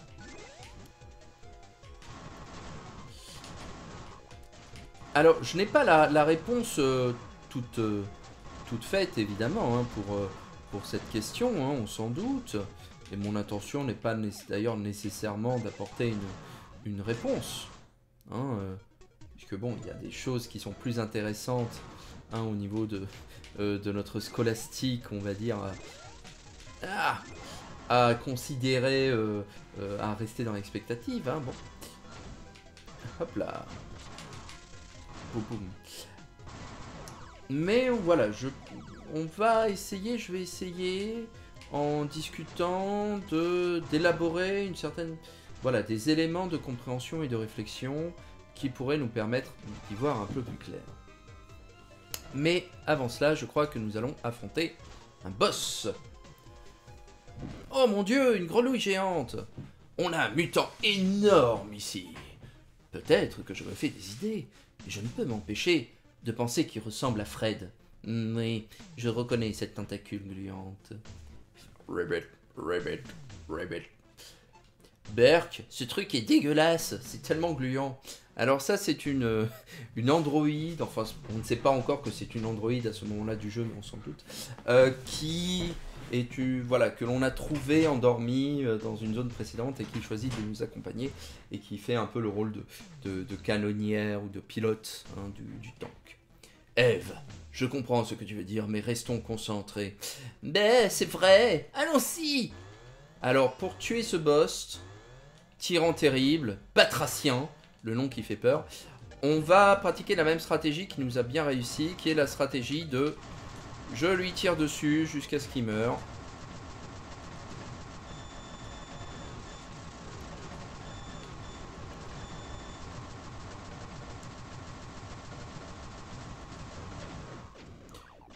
Le batracien est mort parce que je lui ai tiré dessus. Donc je pense que voilà, c'est une leçon pour tous les batraciens mutants que vous rencontrerez. Tuer jusqu'à ce qu'il meure. Oh, et on a une clé. Yay. On dirait que c'est le programme de sécurité qui ouvre les volets de la zone des canalisations. Voilà quelque chose par exemple qui fait très son époque. Vous tuez une grenouille géante qui avait en lui une clé pour ouvrir une serrure. Ce qui est très logique quand on y pense. Parce que regardez, on est dans des égouts. Voilà, je pense que c'est clair. On dirait qu'on va pouvoir neutraliser la sécurité et ouvrir d'autres volets. Ouais, je vais installer le programme de sécurité sur ton arme. Même pas besoin de sortir du Sophia, approche les volets et tu pourras pirater la sécurité. Par contre, si Sophia ne peut approcher le verrou, il te faudra y aller à pied pour l'ouvrir. Compris, merci. Après tout ça, comment ça se passe dans la zone du glacier? Attends un peu, on dirait qu'ils sont encore plus nombreux qu'auparavant. Qui plus est, le signal de Fred n'a pas bougé. Mais cette réunion de mutants laisse à penser qu'ils cherchent quelque chose. Allons-y aussi vite que possible. Une réunion de mutants. Oui, c'est vrai que c'est pas plus obscur que dans Peter Pan lorsque on a un alligator qui a avalé un réveil, mais... Enfin, je veux dire, c'est pas du tout la même chose. Ici, c'est une grenouille. Et c'était une clé. Enfin, je veux dire, on peut pas faire pareil. C'est pas pareil. C'est pas pareil. Mais j'apprécie l'effort, hein, mais malheureusement, voilà, je vais devoir vous le dire. Non, les phénomènes ne sont pas parfaitement identiques. Voilà, c'est tout. On peut pas mélanger les torchons et les serviettes, hein, les alligators et les grenouilles. Hein, c'est pas du tout la même chose. Bon. Donc maintenant, il faut remonter. Là, on était effectivement tout en haut. On était bloqué par la porte pour trouver la clé. Donc, revenons un peu à notre sujet de réflexion premier, après cette dissertation, ce divertissement batracien, hein, ou reptilien. Hein. Les batraciens ne sont pas des reptiles, il me semble d'ailleurs, que ça doit être deux classes distinctes de créatures. Ah oui, c'est vrai que la sorte de Overcraft que j'utilise dépense de l'énergie S qui se recharge au fur et à mesure après en restant au sol. Donc il me faut être voilà, un peu immobile quelque temps, le temps que ça se recharge. Donc parmi les éléments de réflexion, hein, que je peux donner quand ça être problématique de est-ce que ce remake est le même ou quelque chose de différent. Premier argument, premier élément que l'on peut donner et qui me semble important, ou du moins on aurait tort de le désavouer immédiatement, c'est l'argument lié, on va dire, à l'impression de jeu. C'est-à-dire que, voilà, comme je vous l'ai dit, en jouant à ce jeu, dès les premières minutes de la partie, mais vraiment, dès le premier niveau, on sent que ce jeu est une reconstruction de quelque chose de plus ancien. Je ne saurais pas exactement... Alors, je n'ai pas encore fait le tour de pourquoi. Si ça lié à un élément en particulier, ou si c'est plus une question de sensibilité générale. Si c'est la musique, le décor, tout ça en même temps. Mais il y a quelque chose qui se noue ici, qui est incontournable et pour peu... Alors soit que vous êtes curieux de l'histoire, curieuse de l'histoire du jeu vidéo, et que vous avez voilà, une certaine connaissance de cette période du média, ou que plus simplement peut-être vous l'ayez vécu et que vous étiez à ce moment-là joueuse et que voilà, vous ayez connu cette époque-là. L'impression de jeu est pour moi un premier argument pour dire qu'il y a là quelque chose de l'ordre de la reformulation même, plutôt que de la création d'un autre plutôt que de la reformulation du même. Parce que reformuler le même dans son sens le plus extensif, c'est considérer que l'impression de jeu sera le même. Et vous avez bizarrement des choses de cet ordre-là dans un certain nombre de jeux qui ont du mal à vieillir. C'est ça qui est intéressant. Vous avez des œuvres, à proprement parler, intemporelles ou immortelles. Alors, là, il me faut passer à pied. Vous avez des jeux, alors, sans prêcher forcément pour la paroisse que je puis représenter sans savoir comment ni pourquoi, mais attention, c'est vrai qu'on meurt en se tombant trop haut dans ce jeu. J'avais oublié ce détail, heureusement. Ça, c'est le genre de choses qui, à l'époque, voilà, pourraient produire un game over. On est bien avancé dans le jeu. Et puis, bon, bah, recommencer. Alors, hop, on réessaye. Voilà. Bah, pourquoi j'ai eu du mal ici? Bon, je sais pas. Deuxième élément, ce sont des éléments, on va dire, un peu plus objectifs, liés... donc il y a des jeux vraiment un peu intemporels, je termine ce fil de pensée. Zelda 3, par exemple, auquel on l'a joué il y a quelques temps, ou Donkey Kong Country 2, sont des jeux qui peuvent, je pense, ressortir tels quels aujourd'hui, nonobstant peut-être encore une fois une petite actualisation graphique ou sonore, et rester des plus plaisants à jouer. Ça me semble évident. Enfin, je ne vois pas d'argument contre cette idée. Et nous arrivons dans la zone sous-marine. Dans la zone de la plage. Une mer artificielle. Et donc, comme on ne peut pas nager, il va nous falloir trouver un appelant pour traverser. Hop, les eaux, puisqu'on est très ralenti avec le tank lorsque l'on est dans l'eau. Hop, mais il va quand même nous falloir plonger dans la grande bleue.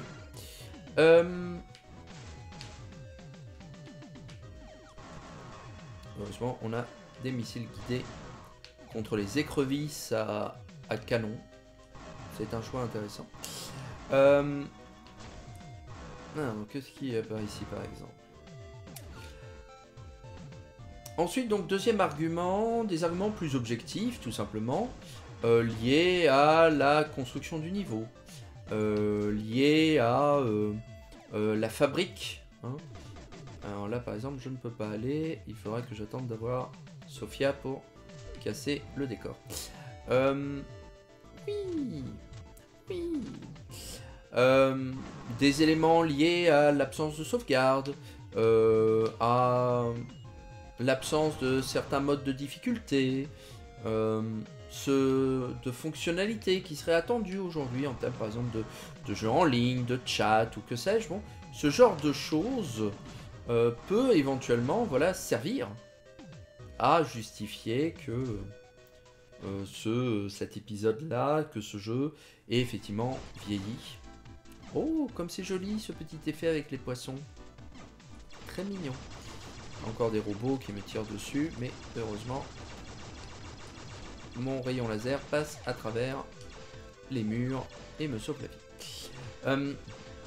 Ça peut être voilà, ce type de considérations qui peuvent marquer effectivement son époque, de la même façon que l'on peut avoir aujourd'hui certaines images surannées en littérature, qui à l'époque de leur sortie étaient voilà, des nouveautés métaphoriques extraordinaires, mais qui aujourd'hui en deviennent surannées.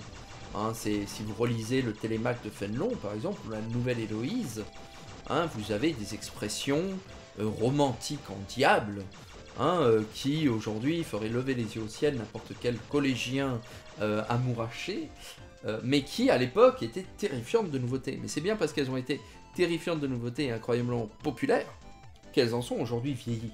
Hein. Et ça, c'est des choses que l'on voit à l'œuvre, hein, par exemple avec un jeu comme Undertale, hein, qui a fait des propositions en termes d'écriture et de game design qui ont été depuis tellement reprises et caricaturées que lorsqu'on les voit venir à des kilomètres à la ronde dans tel ou tel jeu, hein, nous font lever les yeux au ciel. Hein, l'appel aux joueurs, le bruit du quatrième mur, la dimension méta, bon voilà, ce sont maintenant des attendus du jeu indépendant. Hein. J'ai rencontré ça notamment dans l'un des derniers sortis qui est un Undertale-like, je pense que l'on peut créer cette catégorie maintenant, qui est Everhood, qui est sorti le mois dernier ou le mois d'avant, et qui est un jeu qui, dans ses phases de gameplay, n'est vraiment pas mauvais, mais qui, dans le cadre de cette recréation d'Undertale et de ses éléments d'histoire se vautre à mon goût dans le lieu commun qu'a installé Undertale et donc qui part à côté, voilà, qui manque sa cible. Bon.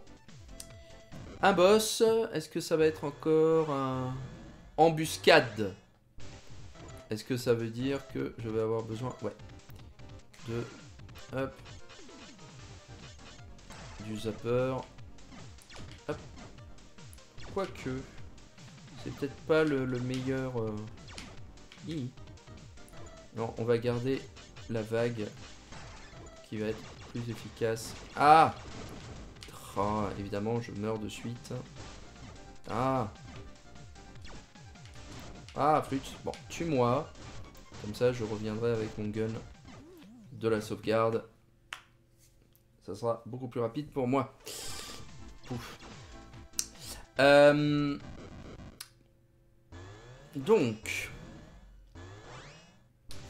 Donc on a cette idée-là qui peut effectivement servir à donner l'impression... Ah, mince. Bah vous sortez d'où les enfants? Ah, il y a des petits passages aussi sur le côté, j'avais pas vu ça. Ah, mince. J'avais pas vu ça. Hop. On va essayer du coup de les faire comme ça. Je suis en train de perdre toutes mes armes. Eh bien, il me fait attaquer de partout. C'est impressionnant. Allez, on va y arriver. Quand même pas des petits robots. C'est que je suis très distrait par l'arrière-plan de la zone avec les poissons.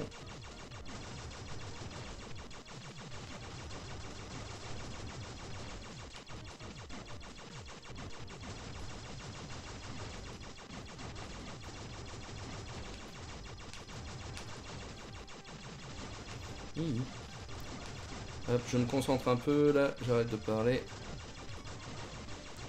Hop.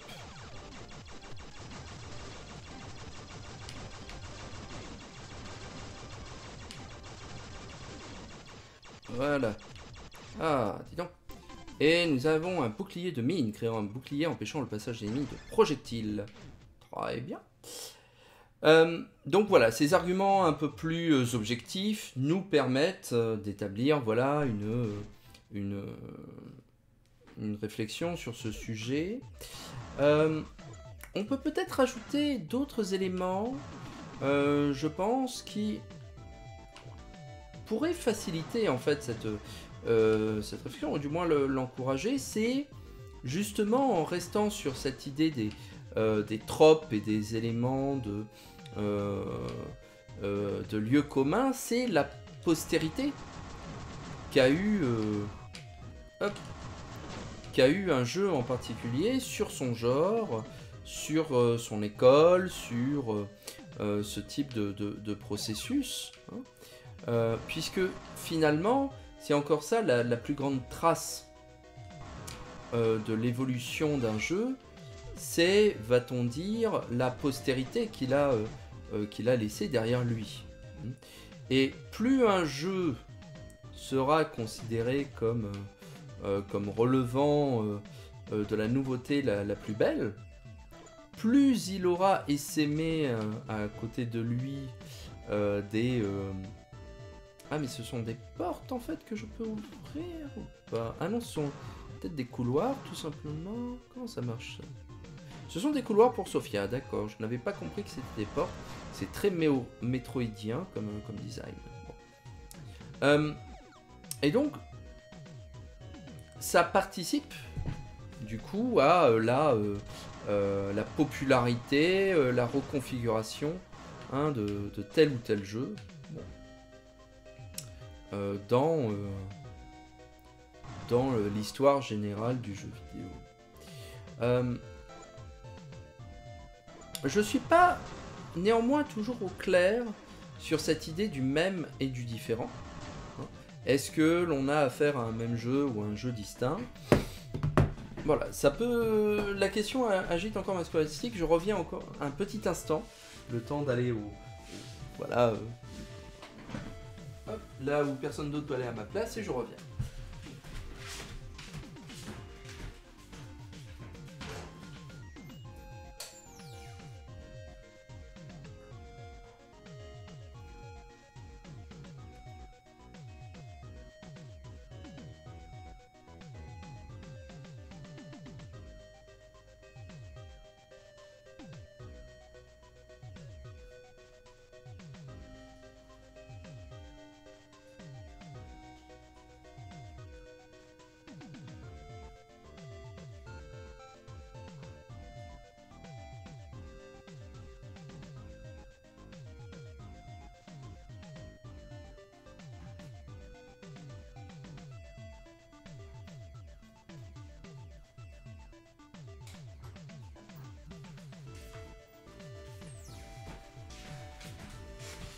Hop, me revoilà, excusez-moi.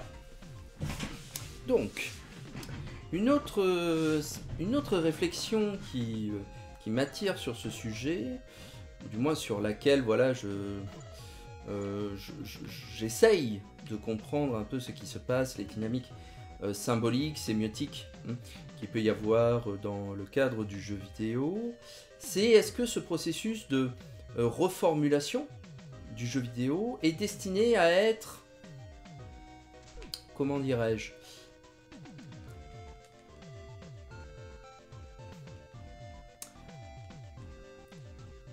intemporel, immortel, obligatoire. Est-ce que tous les jeux de la création, du moins ceux qui accèdent à un certain degré de popularité, finissent toujours par devoir être refaits au cours de leur histoire?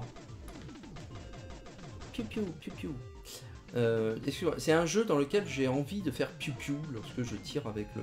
Parce que je tire des petites pastilles jaunes et je trouve ça tellement ridicule et tellement, encore une fois, caractéristique de ces moments de l'histoire du jeu vidéo que ça me renvoie quand j'étais petit et que je tirais, que je faisais piu piu, piu piu. En plus le pistolet fait piu piu, je sais pas si vous entendez bien dans la vidéo, mais le pistolet fait piu piu. Écoutez. Ça fait piu piu. Ça me fait rire. Bref. Donc voilà, c'est quelque chose qui m'intrigue. Est-ce que le jeu vidéo est condamné quelque part à toujours reproduire les mêmes jeux, toujours reproduire les mêmes enjeux, si je puis dire, ou est-ce que on verra un jour, on arrêtera enfin de reproduire les gloires d'alors? Est-ce que surtout c'est quelque chose qui est enviable? Est-ce que, parce qu'on connaît le cycle d'obsolescence aussi des machines informatiques, et il y a déjà maintenant des jeux qui sont plus accessibles ou difficilement, n'est-ce pas, et qui du coup se pose la question de la conservation vidéoludique. Alors là, je ne sais pas si je vais pouvoir monter dans cette caverne. Non, je vais pas pouvoir monter là. Je sais pas où passer, alors peut-être par le haut. J'ai l'impression que je peux peut-être passer par le haut. Bon. Donc, c'est une question qui est assez... qui m'intrigue particulièrement. Il y a d'un côté la tension de la conservation du jeu vidéo, peut-on dire, de... est-ce que le jeu vidéo est toujours destiné... Eh bien, dis donc. Bon, bah, hop, on va ramper très lentement pendant qu'on avance dans ce couloir. Piu piu.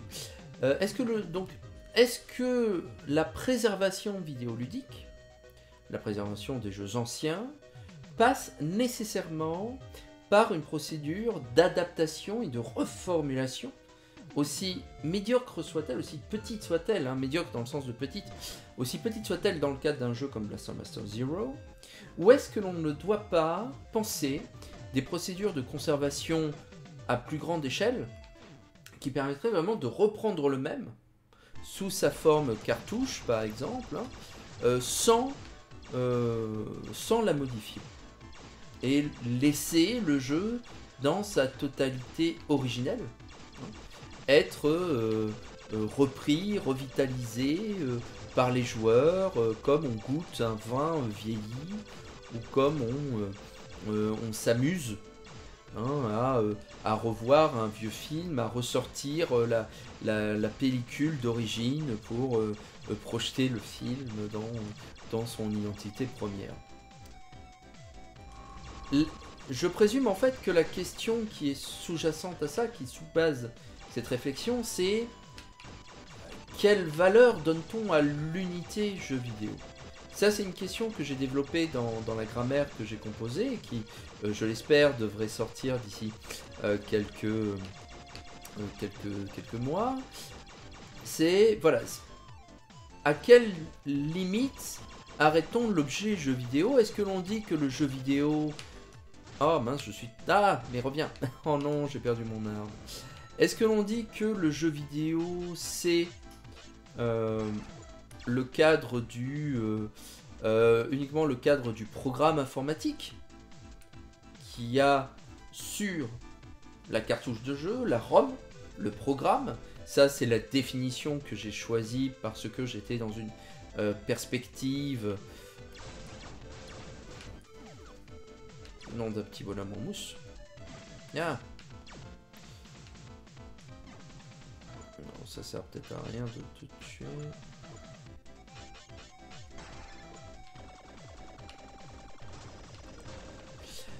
Est-ce que ça sert du coup... J'avais une perspective voilà, très variationniste du média jeu vidéo. Donc moi, ce qui m'importait, c'était le jeu vidéo sous toutes ses expressions. Y compris les expressions les plus extrêmes, hein, dans le cadre du jeu... Hop, j'ai plus beaucoup de vie, moi.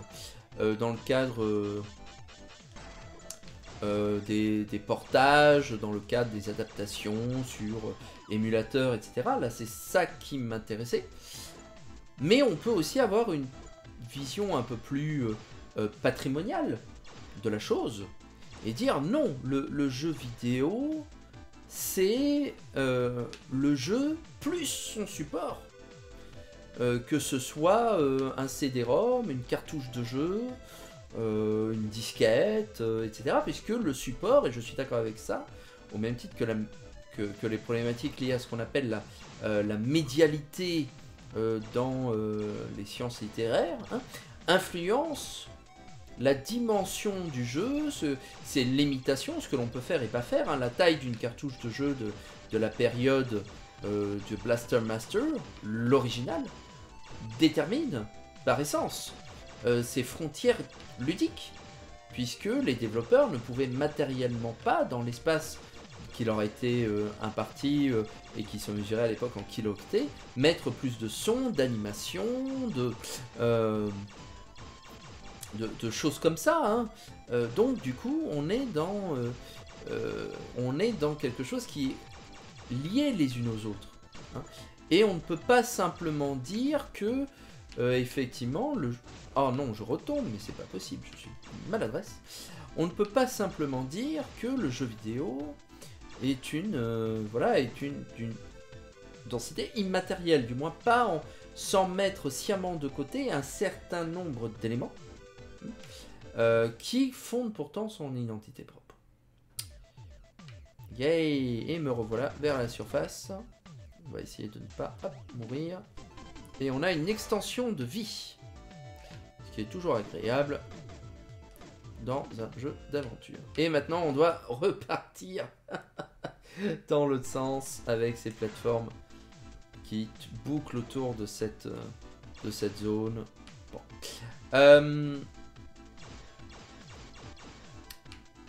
Et donc vous voyez que selon la perspective que l'on prend, on retrouve en fait des problématiques qui sont liées à la conservation, par exemple des manuscrits ou des éditions Princeps, hein. Est-ce que l'on doit considérer que non, il faut absolument conserver les plus vieux, tous les livres de poche de la création dans leur première édition?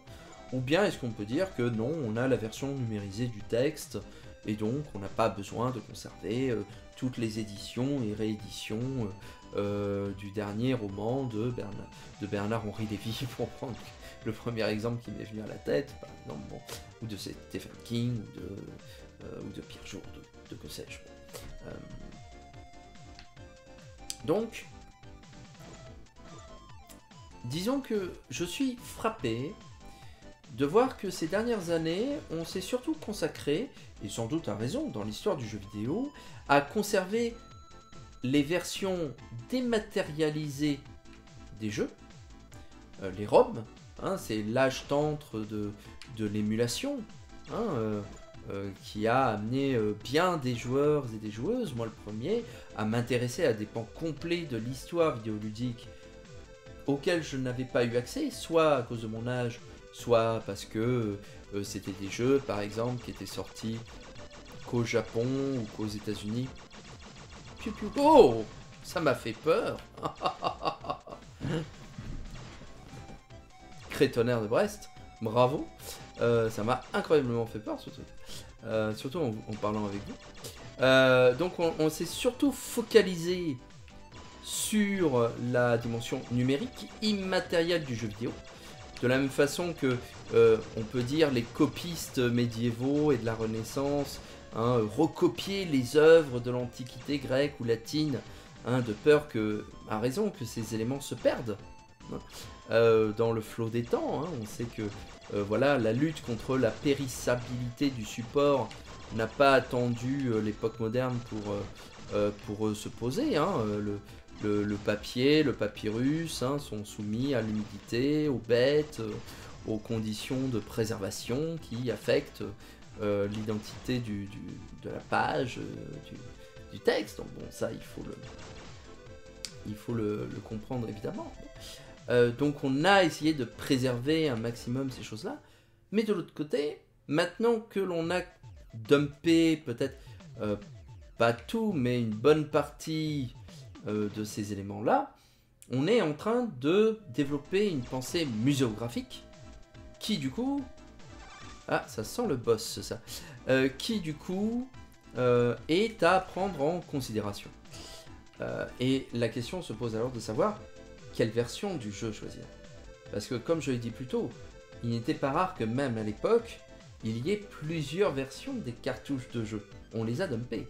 Un jeu comme Blaster Master ou un jeu comme Donkey Kong Country ou Donkey Kong Country 2, auquel on a joué précédemment, est sorti en version 1.0, et puis au cours de sa vie commerciale, les développeurs continuaient à corriger des bugs, à parfois rajouter ou corriger des bruitages, des éléments de décor, voilà, des erreurs qu'ils n'avaient pas vues. Mais à l'époque, il n'y avait pas de téléchargement, de patch sur internet. On rachetait une autre cartouche de jeu sans savoir que c'était un jeu légèrement différent, qui avait du coup la version 1.1, 1.2, etc. du jeu. Parfois, du coup, il y avait parfois une réédition en gold, en Player's Choice, qui permettait de lisser ça. Mais ça, on ne l'a découvert que lorsqu'on s'est mis à dumper numériquement, à recopier numériquement ces différentes versions du jeu. On s'est rendu compte qu'elles n'étaient pas tout à fait identiques. Et du coup, la question se pose dans une perspective muséographique. Oh oh! Bonjour, toi. Qu'est-ce que c'est que cette ombre fugitive? Le signal de la puce semble y mener. Pas possible! Cette chose utilise l'implant! C'est pas bon! Eve, je dois abattre ce truc! Ça tombait bien. C'était mon plan. Ah! Oi! Rat! Eve! Mais est-ce que ça va? Eve est à bord de Sophia, mais la connexion est mauvaise. J'espère qu'elle n'a rien. C'est vraiment pas le moment. Porte-toi bien, Eve, pendant que je défroye ce crabe, qui va s'appeler Prédateur des Abysses. Omargator. Les noms fleurent aussi tellement cette période de l'histoire du jeu vidéo. Omargator.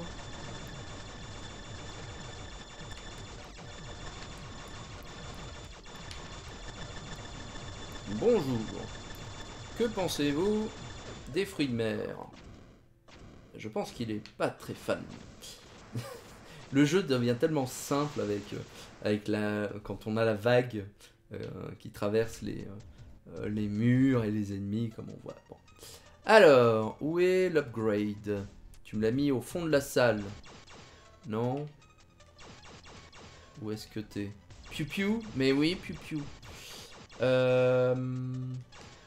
Où est l'objet que je dois récupérer? Bah, ah, il est là. À l'entrée de la salle. Pouf!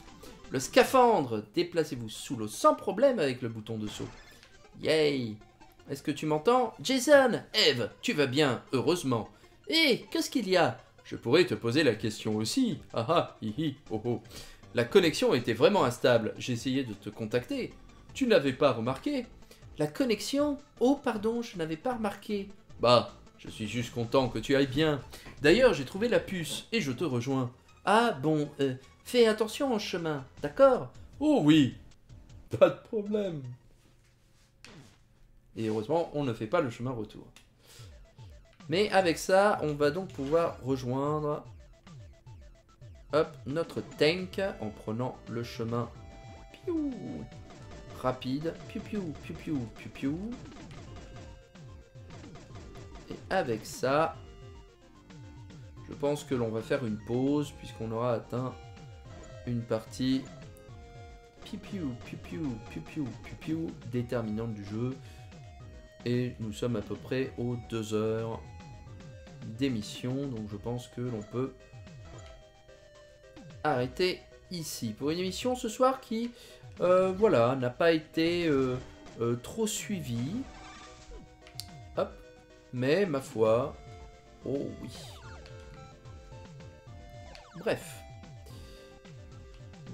ça sera récupéré davantage en replay.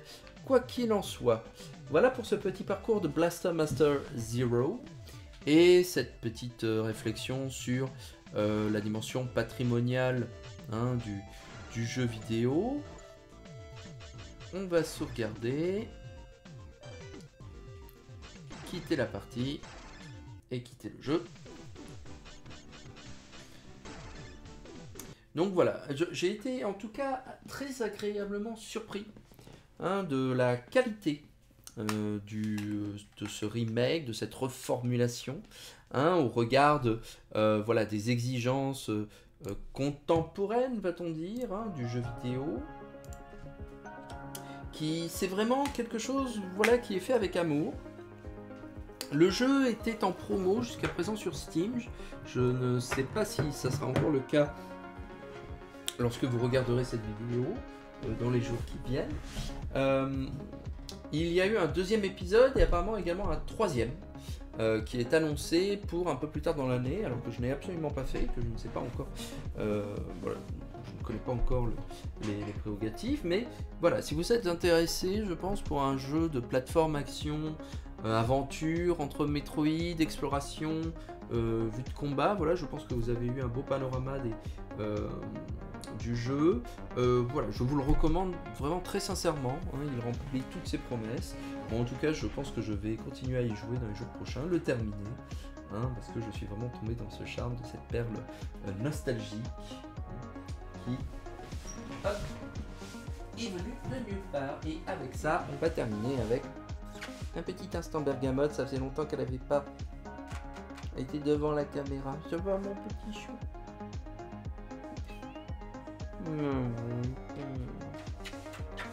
Allez, un rond papa célèbre.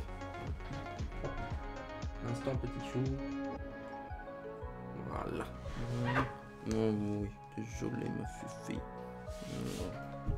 C'est pour les vues. Oh là là. Elle est pas traumatisée, vous en faites pas. Un côté pas traumatisé. Bon, elle renifle le coin de porte, donc je pense que ça va. D'accord, bon. En tout cas, merci à celles qui sont passées, même fugacement, pour suivre cette émission. Comme de coutume, elle sera disponible en replay sur Twitch, puis ensuite uploadée sur YouTube dans les jours qui viennent, hein, demain ou après-demain. D'ici là, bah, écoutez, portez-vous bien. Voilà, n'hésitez pas à me faire des retours hein, si jamais vous tombez sur l'émission, et puis peut-être à la semaine prochaine hein, pour un autre stream sur un nouveau sujet que je n'ai pas encore déterminé, mais voilà, sur lequel je communiquerai en temps voulu. Bonne soirée, salut.